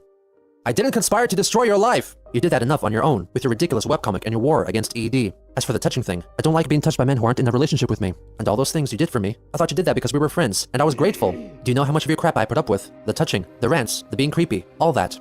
I never set up that ED page. It wasn't me who told Mims and Lucas to do stuff. I didn't get you banned from the store, and I sure as hell am not responsible for the death of your father. Do you know how bad that picture made me feel? It scared the hell out of me. You are the one who should apologize. Didn't you consider me a sweetheart? Well, for all your other sweethearts, you made those stupid videos. So if I still mean so damn much to you, why don't you make a video apologizing to me? And maybe, just maybe, I'll consider emailing Lucas and telling him to take some stuff down. On that same day, Christian posted 28 photos on Facebook, seemingly depicting a narrative in which the Lego incarnations of Chris and Megan fight each other, and Chris ultimately defeats her. Without much interaction from other real-life people, Christian's imagination took over, fueling his unquenchable rage for the people who he saw as his enemies. Even when his friends tried to convince him otherwise, he refused to let go of the idea that he was a widely persecuted figure, hungry for revenge. So he sought comfort in the things that could not disagree with his thoughts, those that could help him realize his visions of vengeance, the games and toys around him. There it is. Whew! It's kind of exhausting, isn't it? Please like the stream if you haven't already. Thank you. Damn. Yeah, Shabisky told me a while back that he was busy and that he was going to be late. And then I was like, oh, well, I don't really know what I'm going to do tonight anyway. And then it just like, I don't know where he is. Maybe he's working on stuff. I don't know. Everyone needs some time off, though, you know?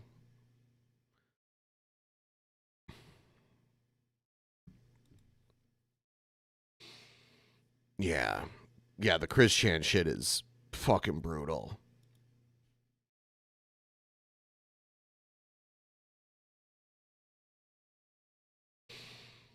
Holy shit. I think I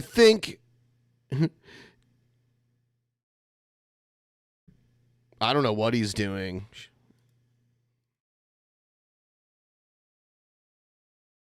Let's see.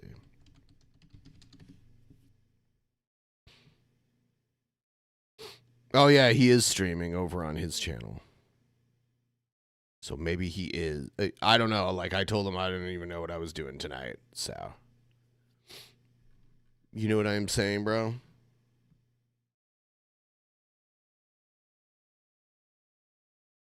Call of Dookie.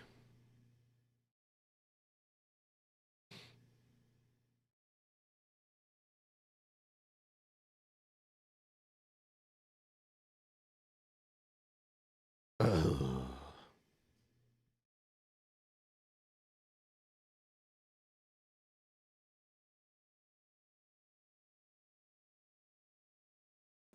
The difference between me and you is that I'm gay. The difference between me and you is that I'm gay. Oh, so good. The difference between me and you is that I'm gay. Okay. You want to eat my ass, Drunken Peasants? Hello. Thank you for showing up. Hi there. Thank you. I'm at 30% now. That's sweet. It's amazing. I was thinking about wrapping it up, but that gives me the drive to go longer. I don't know. Let's see.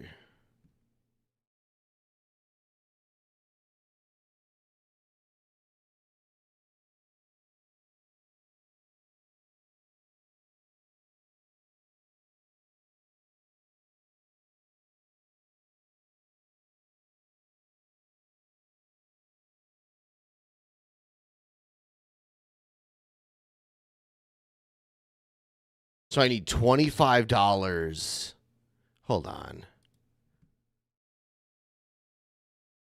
Let me get this right. Sorry, I just did my calculation wrong. I need $28.76 to get to 1/3 of the ghoul. Can we do it? Use the link in the chat. Please pray for Shanny's tooth. The difference between me and you is that I'm gay.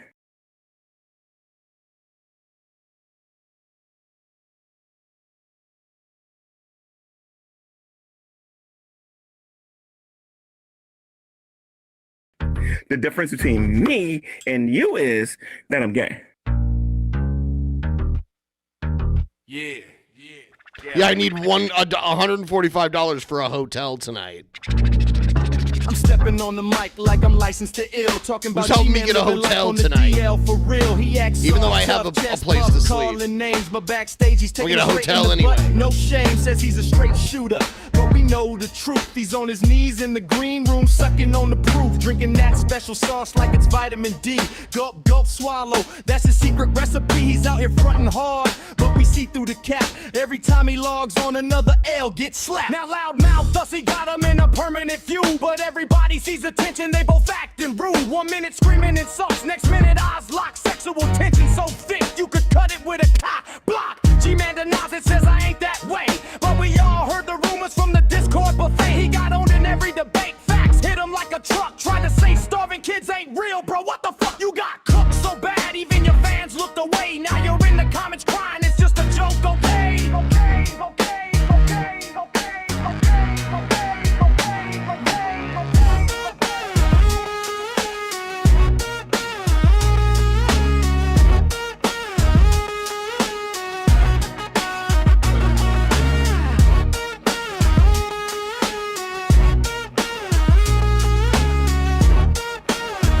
No IOUs will be accepted. We gotta... G-Man's whole career is one long L streak, denying hungry children while he's out here looking weak. He'll battle anybody, but he always takes the fall, getting bodied on stream, then deleting it all. Whoa! Thank you, thank you. I ask and I receive. Thank you so much. Wow, do I just have to keep asking?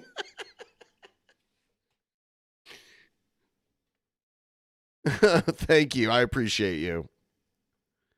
I'm heated, polls start the race, they argue for hours, but it's foreplay in your face. One wants to fight, one wants to, well, you know the rest. Closeted crusader, failing every single test, so raise your hand if you know this cat's a fraud. G-Man's in the closet, doing things with the squad, we ain't hating, just stating facts. Yeah, I just need 110 more for my hotel room that I'm not actually gonna get, but we'll keep up the act. On the beat, old school style, like I did not tell the AI to put a guitar solo in it, but it put a guitar solo in it anyway. spill the tea.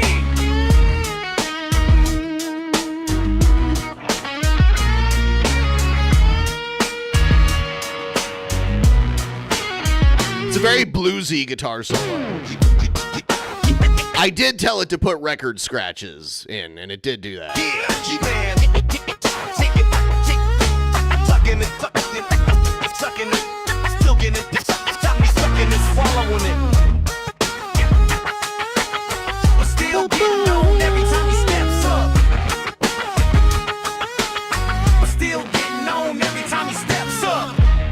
Oh yeah, dude. I've told AI to do like some crazy guitar solos, and it'll write like face melters. You know, it's not difficult to do like for a computer because it just needs to know like the notes, like what notes to play with the backing instruments, and it can come up with whatever. It can play like whatever solo you could imagine in your own mind, you know?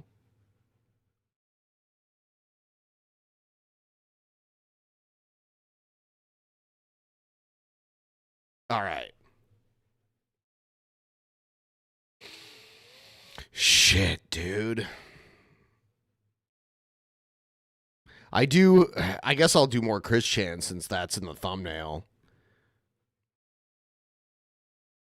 What is Part 39. On October 4th, 2013, Christian's Facebook friend, William Elliott Waterman, changed his Facebook profile picture.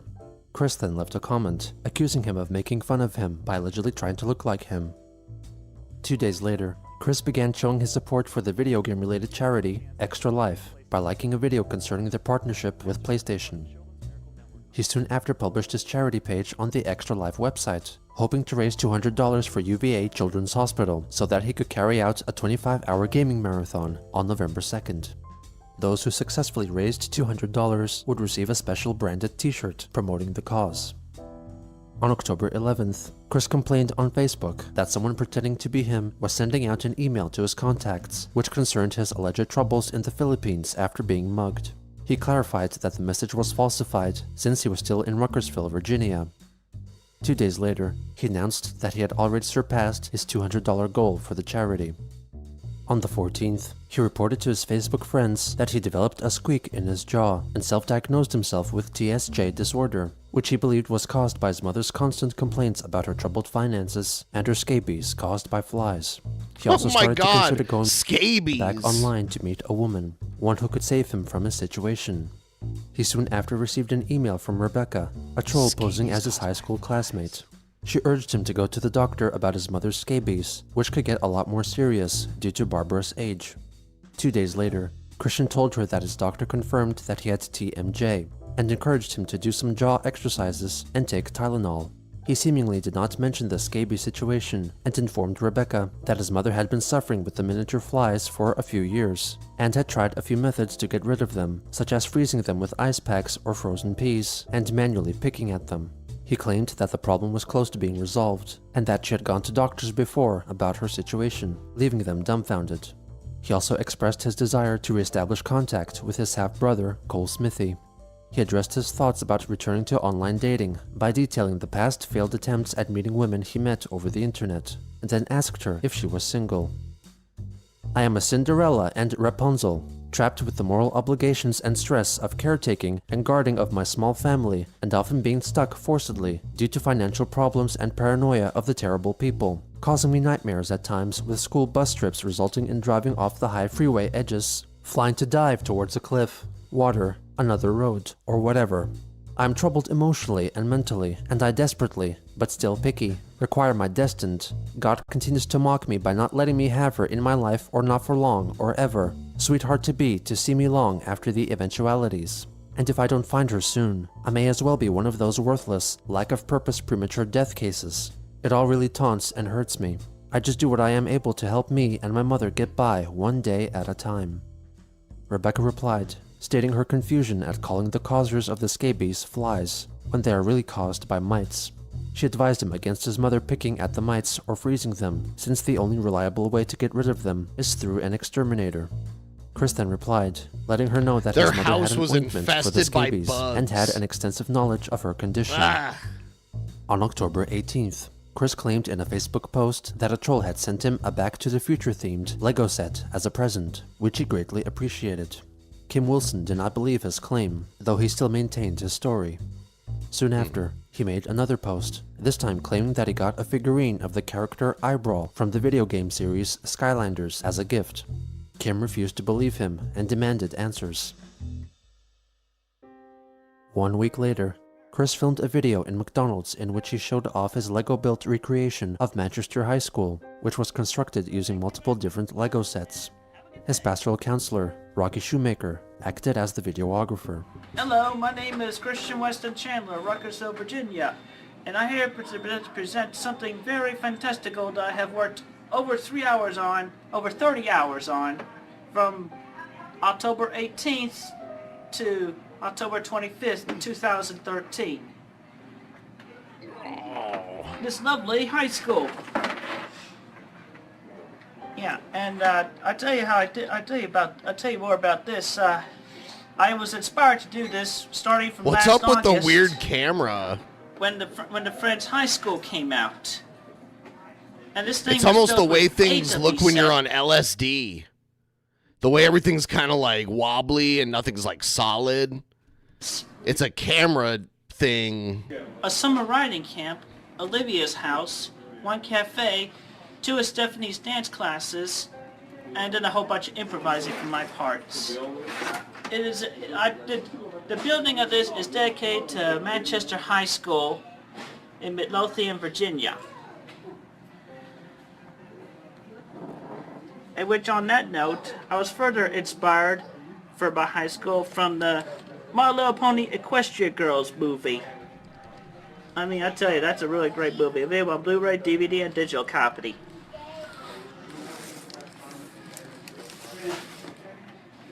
Anyway, so now we're gonna take a tour of the inside of this. What did I just knock over? Oh. Anyway, we're gonna go inside the school building.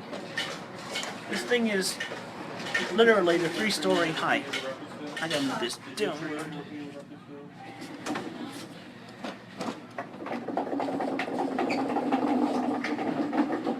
I need more room. And what else? This one. Ah, shoot. Anyway, welcome to this high school. We got expensive hallways and staircases. There's the cafeteria. And here's a lunch table.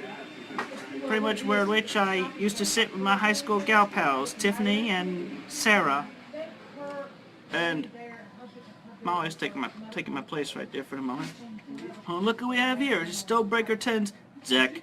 That's what she said. I have a vinyl record player hooked up to my setup here.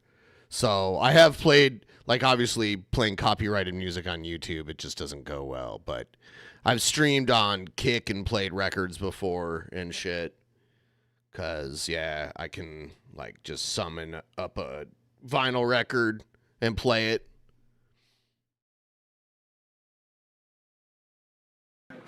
Flirting with Ashoka. There's a ton of record stores in the area here, just like all over the metropolitan area here. And look, Michelangelo's eating a pizza! And Venus Delilo is practicing her cheerleading moves. There's the principal, the infomaniac. Yeah, unless you can like get a hold of like the master tapes of a recording, then that's like the ultimate recording. Lego Island, not in way corresponding or whatever to acting and past principal Mr. Peter Coste. And there's my dad, negotiating with the principal. Because that's one way to make friends in high school, negotiation. And here is the home economics class. There's the music.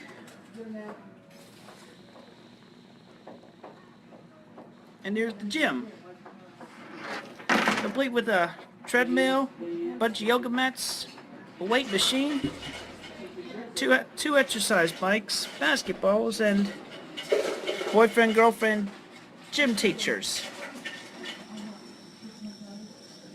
New records are stupid expensive in some places, like the record stores in Seattle that I go. There's like an all punk record store in Seattle, so it's like all punk and like punk adjacent genres, like hardcore and like every like punk adjacent genre. And the new record, the ones that aren't used, the new records of like well-known artists are like stupid expensive. Yes, the Manchester High School spirit is all the rage around this. Is all the rage around here. And the staircase literally goes up.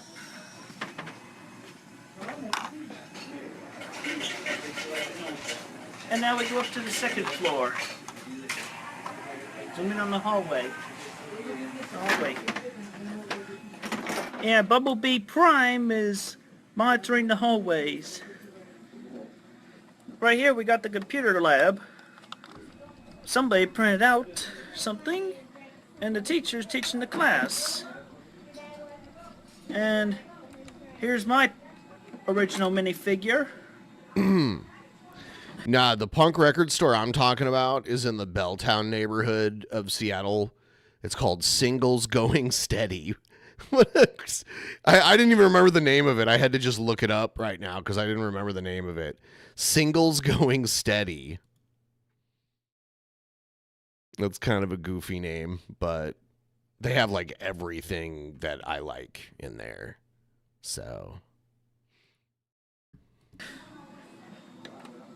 Taking the class with other gal pal Miranda right there. And right here, you can call this a stay hall or detention, but a certain someone from my more recent years is in detention. In detention. And the English There's detention classroom. in Quickville. My mother's teaching it. And they're talking about Abraham Lincoln. 77 years ago. I forget how the rest goes. What are you trying to do? Cheat off your partner for a test? Then we go up to the stairs to the topmost floor. Oh, God. Ooh. Where we have arts and crafts. With the craft making and dressmaking over here. Globe making. And then we zoom out for the whole rooftop. Where, once in a while, everybody can have rooftop parties. Tonight, there's a party on the rooftop tonight. And what do you expect? Each of the high school sets came with an owl. Woo! Woo! You. That's who.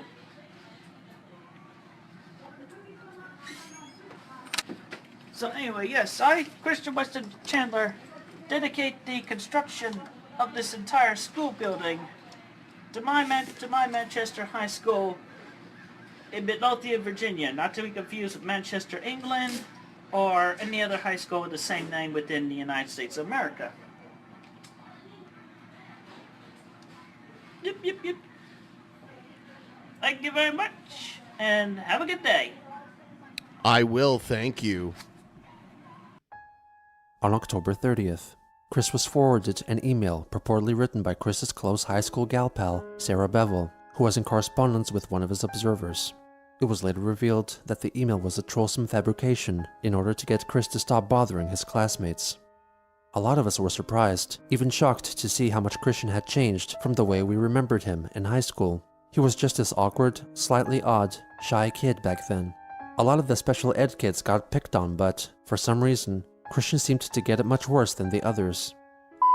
And I let Christian hang out with us, mainly because we felt sorry for him. He sort of latched onto us, like he expected us to protect him. He was like a lost little boy. Sometimes I think he saw us as sort of mother figures, which seems a little creepy now. But Christian seemed harmless enough back then, and we didn't mind him hanging out with us. As far as socializing goes, we didn't really hang with him outside of school, except for the time we went to his 18th birthday party. I'm also really creeped out that he's still obsessed with and he's actively looking for her. She's well aware of this, and she's taken steps to make sure that she's very hard, if not impossible, to find. A lot of people became friends with Christian because of their reunion, and also because a lot of them still felt sorry for him. Some people are having second thoughts though, after seeing that awful picture he drew of his friend. A lot of people stopped feeling sorry for him and started ignoring him after they saw that. I was shocked that he could draw something so gross and depraved. The thumbs up sign really pissed me off for some reason. The whole thing was very sexist, disrespectful, and, above all, damn creepy. Chris went to Facebook in disbelief, posting Sarah's full email, and countered her claims that he was often bullied in high school. He denied ever looking at his gal pals as mother figures, and apologized for his Facebook post not being considered normal. He clarified that he wanted to find Tiffany Gowan because he was lonely and sad and needed closure. He then added that this revelation made him consider committing suicide, but decided against it because of his mother and his dogs, and that a premature death would leave him in limbo in the afterlife. On Halloween, Can't have that. He changed his profile photo to his Lego incarnation in zombie form, since he felt like he was emotionally dead. He also requested that if any of his gal pals wanted to apologize to him, they should come directly to his house If they want and to do so in apologize person. to him. On November 4th, Christian returned to Facebook to address his She Came for Quick drawing, which depicted him sexually satisfying Megan. He revealed that he had ripped the picture into little pieces a long time ago and regretted ever drawing it. However, he defended himself by pointing out that many people before him had featured naked people in their artwork. He then fully forgave Megan Schroeder, Michael Snyder, and Mary Lee Walsh for all the wrongs they have made against him. He had a victim complex. He uploaded the video tour of his Lego High School on his YouTube account, Quickville Guardian, Look at that. and revealed that he made it for a competition to get Lego's attention.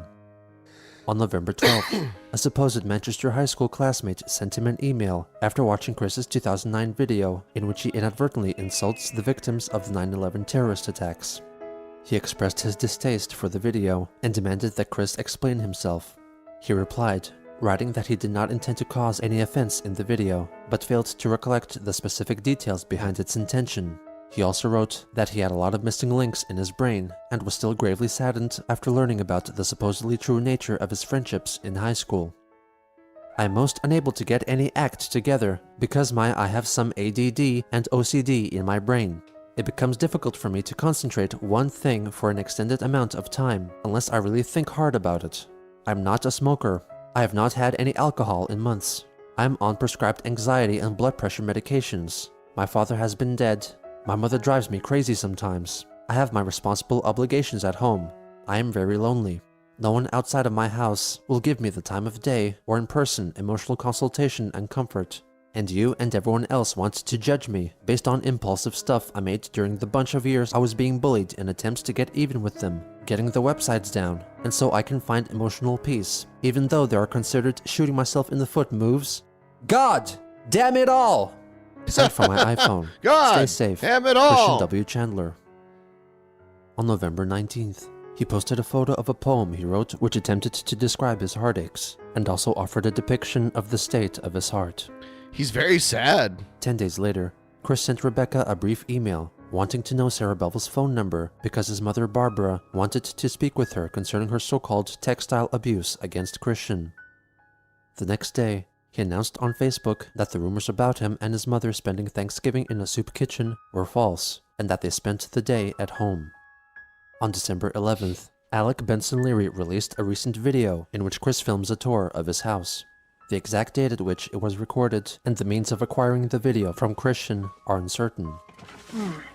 What you just seen was the living room that pretty much my mom and I are in. Then what's blocked off the other side?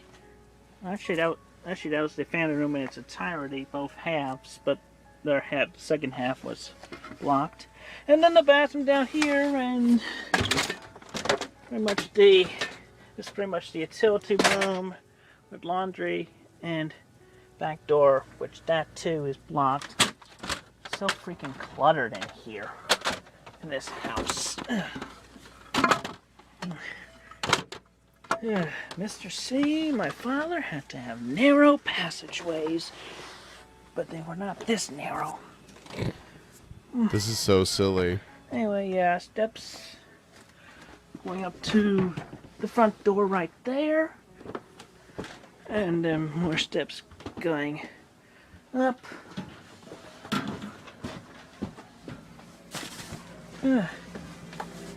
Kitchen, very much locked off all over, with the Resident Evil refrigerator right there. The Resident Evil I use the term refrigerator. Resident Evil because in Japan, Resident Evil video game is called Biohazard. Yeah, the one I cleaned recently. That's as much of the living room as you can see above this block, which essentially consists of 2 couches, hardly been used. Footway through this narrow hallway. Upstairs bathroom with bathtub and shower. Pretty much hasn't changed since the trolls first saw it.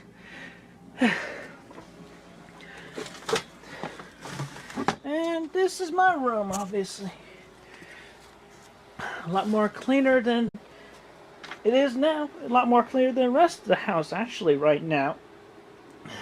Couch. This is outside of what we normally do on this channel. It's later than usual, and I'm just reacting to this documentary series. It's hard to even think of really what to say about it because it's so crazy. Went to bed shortly after. Anyway, that's pretty much the inside of the house. I guess I better show you the outside as well. Hoarding mom and dad and everything. The hoarding houses, I can't stand hoarding houses. Hi, Scamper. I don't like clutter. Yep, and we just exit the front of the house to the front yard. And there's an accessible portion of the daily garden. Essentially, in front of the house. Yeah, I think the front yard is more cluttered than the backyard. There's garden shed. They have like a little greenhouse. Interesting. Pretty much not using that nowadays. Yeah, his dad was into gardening. My father liked to spend time in there. Yeah, trees, clearing up the gardens, and driveway. More daily garden patch. Vehicles, and you saw the pen in the backyard earlier. Okay, so that's pretty much best of... Oh, actually, there's one room I missed. And behind this door frame is music room. Cluttered in there, too. So yeah, I'm not too proud of the state of the house. Okay, so that's pretty much everything right now. On December 15th, Rebecca sent Chris an email questioning his reasoning behind his high standards for a potential girlfriend. Chris told her that regarding her suggestions of joining a social group, he already tried that.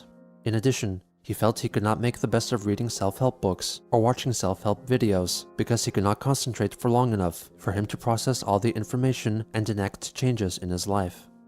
You don't have to tell me about the stereotypical, maybe shallow, women and how attractive they are. That only weighs in further into my fear of every woman being taken by some damn male. I have a personal hatred for 99% of the worldwide population of my own gender. I often even find myself disgusted at my own penis, as well as thinking, I wish I was born female with the possibility of being a lesbian, or something like that. I find the males most ugly, offensive, horrendous, crazy, creepy, and all that shit. Most of the damn trolls are damn homosexual males. I really loathe them, especially when they push their damn lifestyle into my face, and even just imagining it makes me throw up. I'm most definitely straight, and I take great offense when anyone dares mislabel me otherwise. It pisses me off! Sarah dared consider me on the mislabel, even back in high school. Ugh! I also often ask myself, in this dead end of a life, in a cluttered house with my mother, without a sweetheart, in over our heads in debt, how is this my life? I don't know why I'm telling you all this. I have a feeling that you are a genuine, caring woman who listens and keeps it confidential.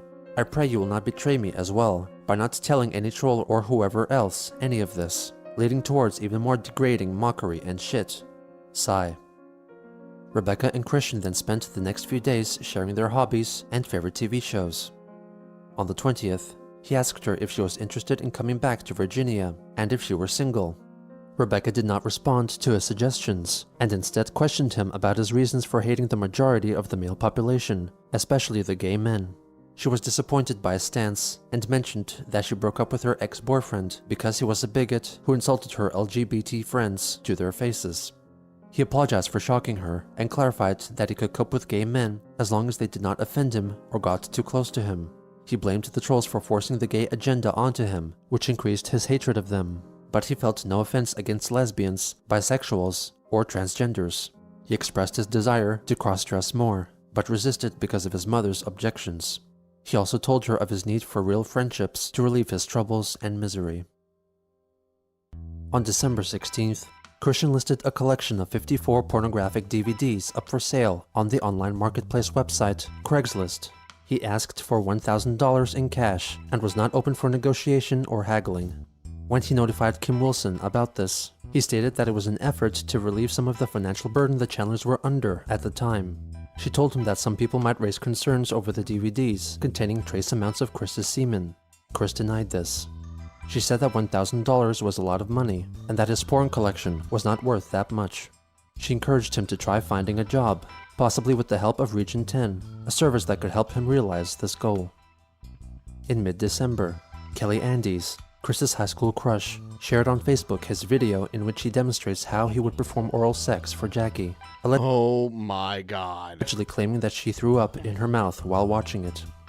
Later on, Sarah Bevel posted an old leaked photo of Chris wearing his mother's undergarments. These posts are likely to have been created by trolls impersonating his former gal pals. On December 23rd, Christian wrote a Facebook post about Justine Sacco, the former personal relations executive who was internationally shamed for her insensitive tweet. He mentioned that she had previously tweeted about a dream in which she had sex with an autistic kid and boasted about it to his friends and ex-gal pals. However, the original tweet contained the hashtag FML, which is usually designated as a punchline to a story of unfortunate circumstance. Some days later, Chris notified Rebecca that the Chandlers spent a quiet Christmas at home. When she mentioned that she received the new game console Xbox One as her Christmas present, it upset him because he believed that all trolls played on Xbox, and that news of her gift put him in a bad mood. After she asked him if he thought that her having an Xbox made her a troll as well, Christian clarified that he did not think so, and apologized for his emotional outburst. He then proceeded to rant about his public invisibility. On January 2nd, 2014, Chris asked Rebecca to convince his former gal pals to refriend him to solve his emotional health problems, since he felt that their lack of friendship for him was killing him. She soon forwarded an email she received that was written by a troll pretending to be Sarah Bevel. The fact that Christian thinks that anyone can somehow force Tiffany and I to be friends with him clearly shows that he has no respect for our right to choose our own friends. Despite what Christian may think, nobody wants friends forced on them. The arrangement that Tiffany and I made in high school was a unique circumstance. We willingly chose to enter into the agreement. This is yet another reason why so many people have a problem with him. Christian isn't entitled to friends. Nobody is. Friendship is something you have to work at. Christian isn't willing to put even the minimal effort into this. He doesn't want friends. He wants people to kiss his ass. Christian's idea of a friend is someone who will always be there to coddle him, feed his ego in order to make him feel better about himself. If I were you, Rebecca, I'd seriously reconsider having anything to do with Christian. Do you really want to Google your name one day, only to find out that you've become the inspiration for Christian's latest rape fantasy porn drawing? Seriously, as a friend, I'm telling you to run. Don't walk away from this. On January 4th, Christian posted about the games Pokemon X and Y, which he had been playing on his Nintendo 3DS, and shared his 3DS friends code on Facebook, and requested that when his friends sent him a friend request on the game console, that they also write their Facebook name so he could confirm who he befriended. He continued to post about his progress on the game for the next few days. Greene County investigators are looking into the cause of a house fire early this morning. It started at about 3 o'clock this morning at a home on Branchland Court. That's in the southern part of the county. We're told the fire started in a first-floor bathroom, but got quickly out of control and eventually shot through the roof. The Hoarding house caught on fire. But one firefighter suffered minor injuries. The cause of the fire is still under investigation. At around 2 a.m. on January 10th, a fire broke out at the Chandler home. It was later revealed that Christian was in a room adjacent to their downstairs bathroom, using a Keurig coffee maker that was powered by an extension cord leading from the bathroom. The frequent opening and closing of the bathroom door over time wore away the protective coating of the cord and caused a spark which started the fire. A call to 911 was made at 2:44. The first fire engine arrived a little over 15 minutes later, though soon the fire was growing beyond their control, and those on the scene had to request additional manpower. At around 5 a.m., the fire was still ongoing, and one firefighter, who received minor injuries, was transported to Martha Jefferson Hospital. Because of the hoarding situation at the home, the firefighters could not enter the property through either of the doors, and instead had to climb in through the windows. Chris and his mother escaped without injury, along with their dogs, Clover and Snoopy, and their cat, Lucy. Unfortunately, their cat Scamper perished due to smoke inhalation. God, no. They sought refuge in their neighbor's house, from where Chris wrote a Facebook post, published at 5:22, informing his friends and observers of what happened. He later on left a comment complaining about the large number of people clicking the like button on his misfortunate update. By around 7 a.m., the fire had been fully extinguished and all the fire trucks had returned to their bases. At around this time, Chris wrote an angry comment directed at Keurig's Facebook page, blaming their coffee maker for the house fire. The company page apparently was interested in listening to his troubles, though what exactly was privately discussed between them is unknown. Chris's Facebook friend, William Elliott Waterman, was not impressed with Chris's attitude and left a comment. Chris, your house burned down today, and this is the first thing you do? Blame Keurig? Chris, it's no secret that house was a fire hazard. How many things were plugged into that outlet besides the Keurig machine? Chris, I'm sorry for what happened, but vengeance is the wrong attitude to have now. This could be an opportunity in disguise. You can live in a clean place and not let it turn into a cluttered mess. My heart goes out to you. Christian soon left a reply. Into the one outlet in the downstairs bathroom. The only thing plugged into it was the Keurig brewer, and the power circuit breaker failed to auto shut down from that socket. Do the math. William then informed him that plugging in electrical appliances in the bathroom was dangerous, and that they should be plugged in there for only brief amounts of time. That evening, Rebecca forwarded an email to Chris, written by a troll pretending to be Daniel Mims, telling him that most people on the forums were good-natured people that did not mean him any harm, and that only a small fraction that was looked down upon was interested in actively trolling him. He also revealed that at that time, they were brainstorming ideas on how they could help Christian and Barbara, though they were wary of sending him money directly, since they believed that there was a possibility of him misusing the funds. The day after the fire, the Chandlers were allowed to go back home to retrieve any salvageable belongings. Chris also took this opportunity to assess the damage to his Lego high school. The fire had warped and fused many of the pieces together, irreplaceably damaging his creation. Trolls estimated that judging from the Lego sets used to build the high school, it was valued at around $1,000. Wow. He relayed to Rebecca that all of his original hand-drawn illustrations and comics were untouched by the flames, as well as the majority of his digital data. Their home insurance company, State Farm, was providing them a hotel for the time being while their house was being cleaned up and repaired. Chris later made a Facebook post requesting prayers and donations. He recommended giving him gift cards for grocery stores or restaurants, and highlighted that Burger King and McDonald's were considered a last choice since they were interested in eating good food. In addition, he had asked his church for clothing, but would also accept more from generous donators online. Based on some suggestions, he was considering starting a page on the crowdfunding website, Kickstarter, to raise funds for his recovery. He soon after shared a news clip which reported on the house fire. On January 16th, Chris wrote an email to an unknown Manchester High School classmate, informing him that his mother believed that a so-called greedy firefighter had stolen a reproduction of a Salvador Dali painting, and also her purse. What? 5 days later, he received some donated items from his Facebook friends, William Waterman and Kenneth Engelhart, among others, and thanked them. He announced that he had just learned that he and his mother both liked the taste of sardines after trying some of Kenneth's donated food.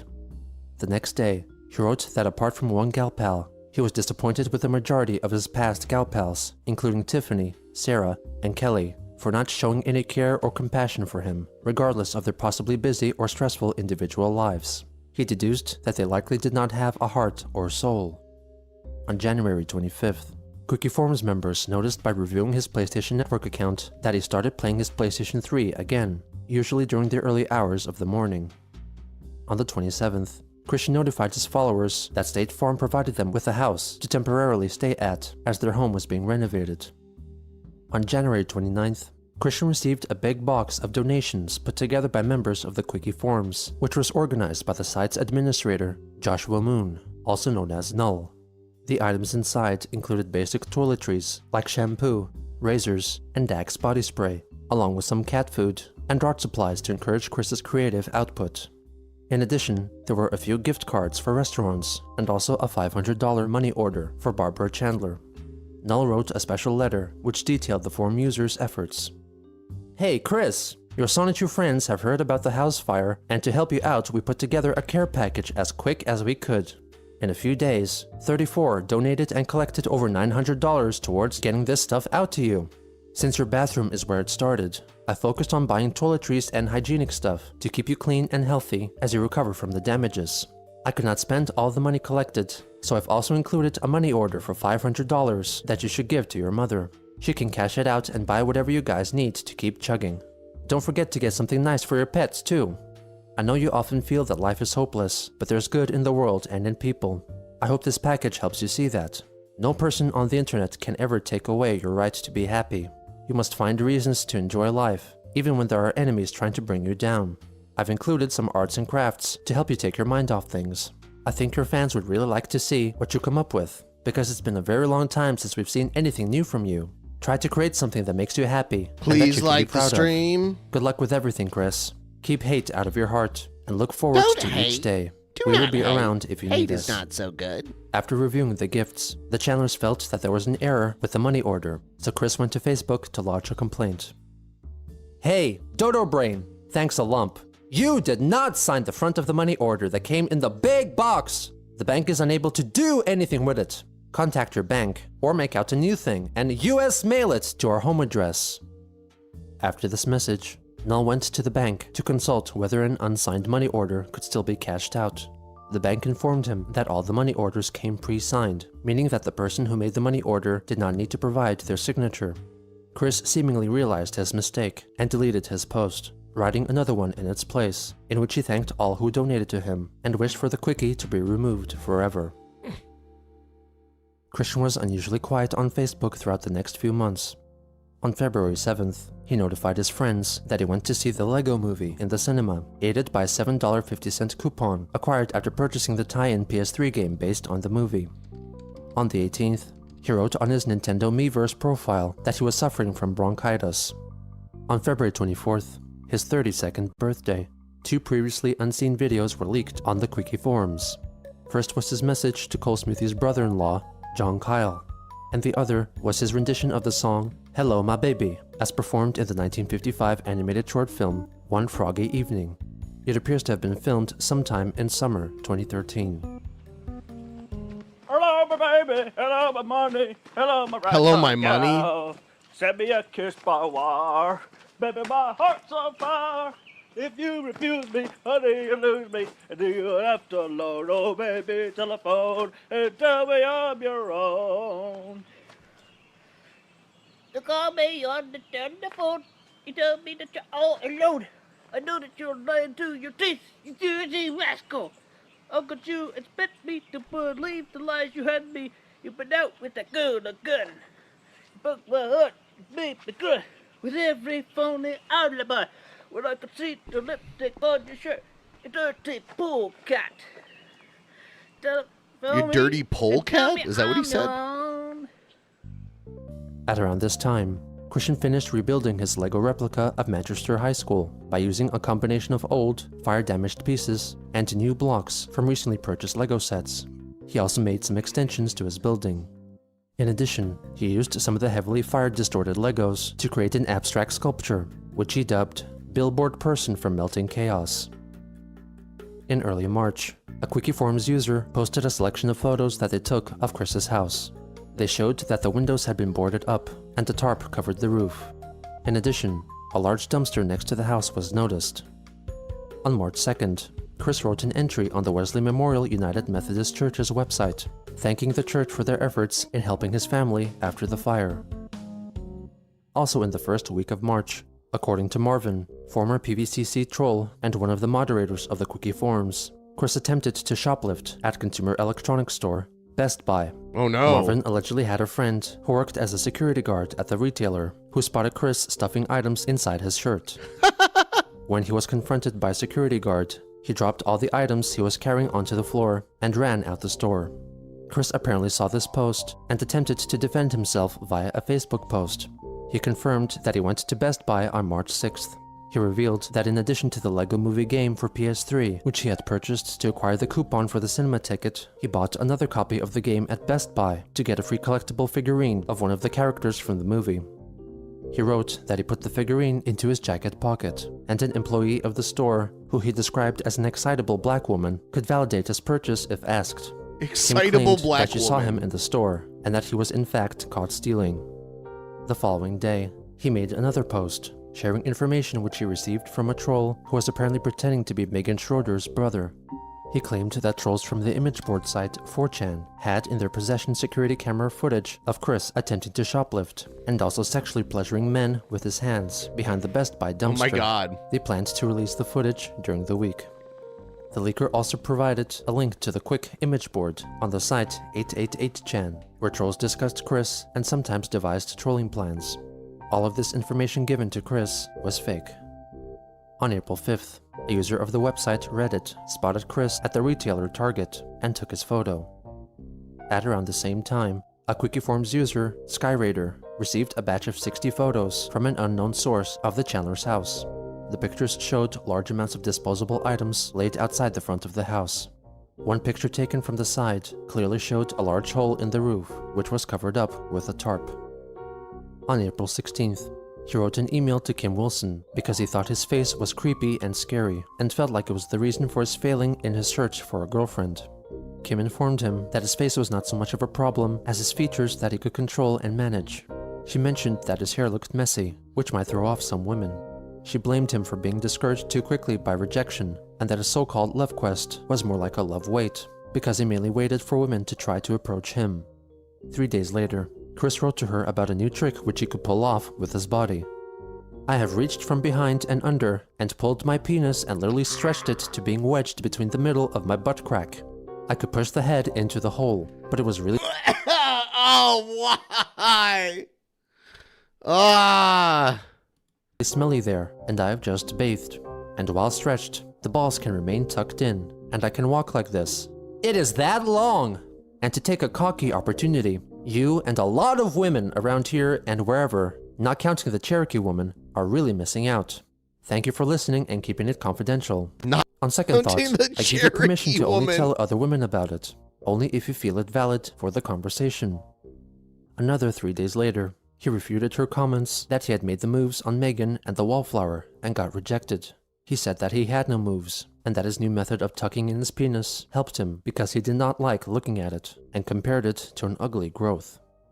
On the topic of his hair, Kim suggested that he could treat his hair like in the example photos she provided. One was a still of Italian-American model and actor Fabio, shirtless. Fabio? She added that some of her transgender friends also performed penis tucking. In response, Chris told her that he could not afford to get fancy treatments for his hair. He realized that some transgender people might do that as well, attracting women. She emphasized again that normally women do not approach men, and that if he didn't try, then he wouldn't succeed. On May 6th, Chris wrote an email apparently replying to Kim's request of making a list of positive and negative traits about himself. He added an in-between column for items he could not categorize. Here, he confessed that he saw himself as a lesbian-identified male, and that he firmly believed that he had been a lesbian woman in his past life. Lesbian-identified male. Under positives, his list included compassionate, artistic, imaginative, and cool with lesbians and trannies, but would not date one who had had a gender change operation. He believed that the rainbow was a symbol of unity, and really hated the gay males for destroying the rainbow in the name of their own ways. Under negatives, he listed autism, occasional retardation, a lot of things being his fault, paranoia, and feeling like he was losing his mind. As he continued to put his trust in his supposed online friends at this troublesome time in his life, they for the most part did their best to help. Christian's relaxed nature led to him revealing more secret truths about himself, and when encouraged, he thought more about who he was, and was coming ever closer to solving his inner confusion, and coming to terms with who he felt he truly was.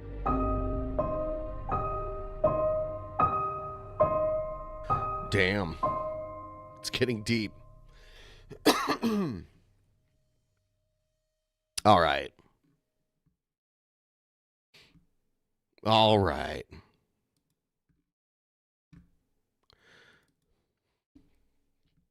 I do believe. I took a big hit.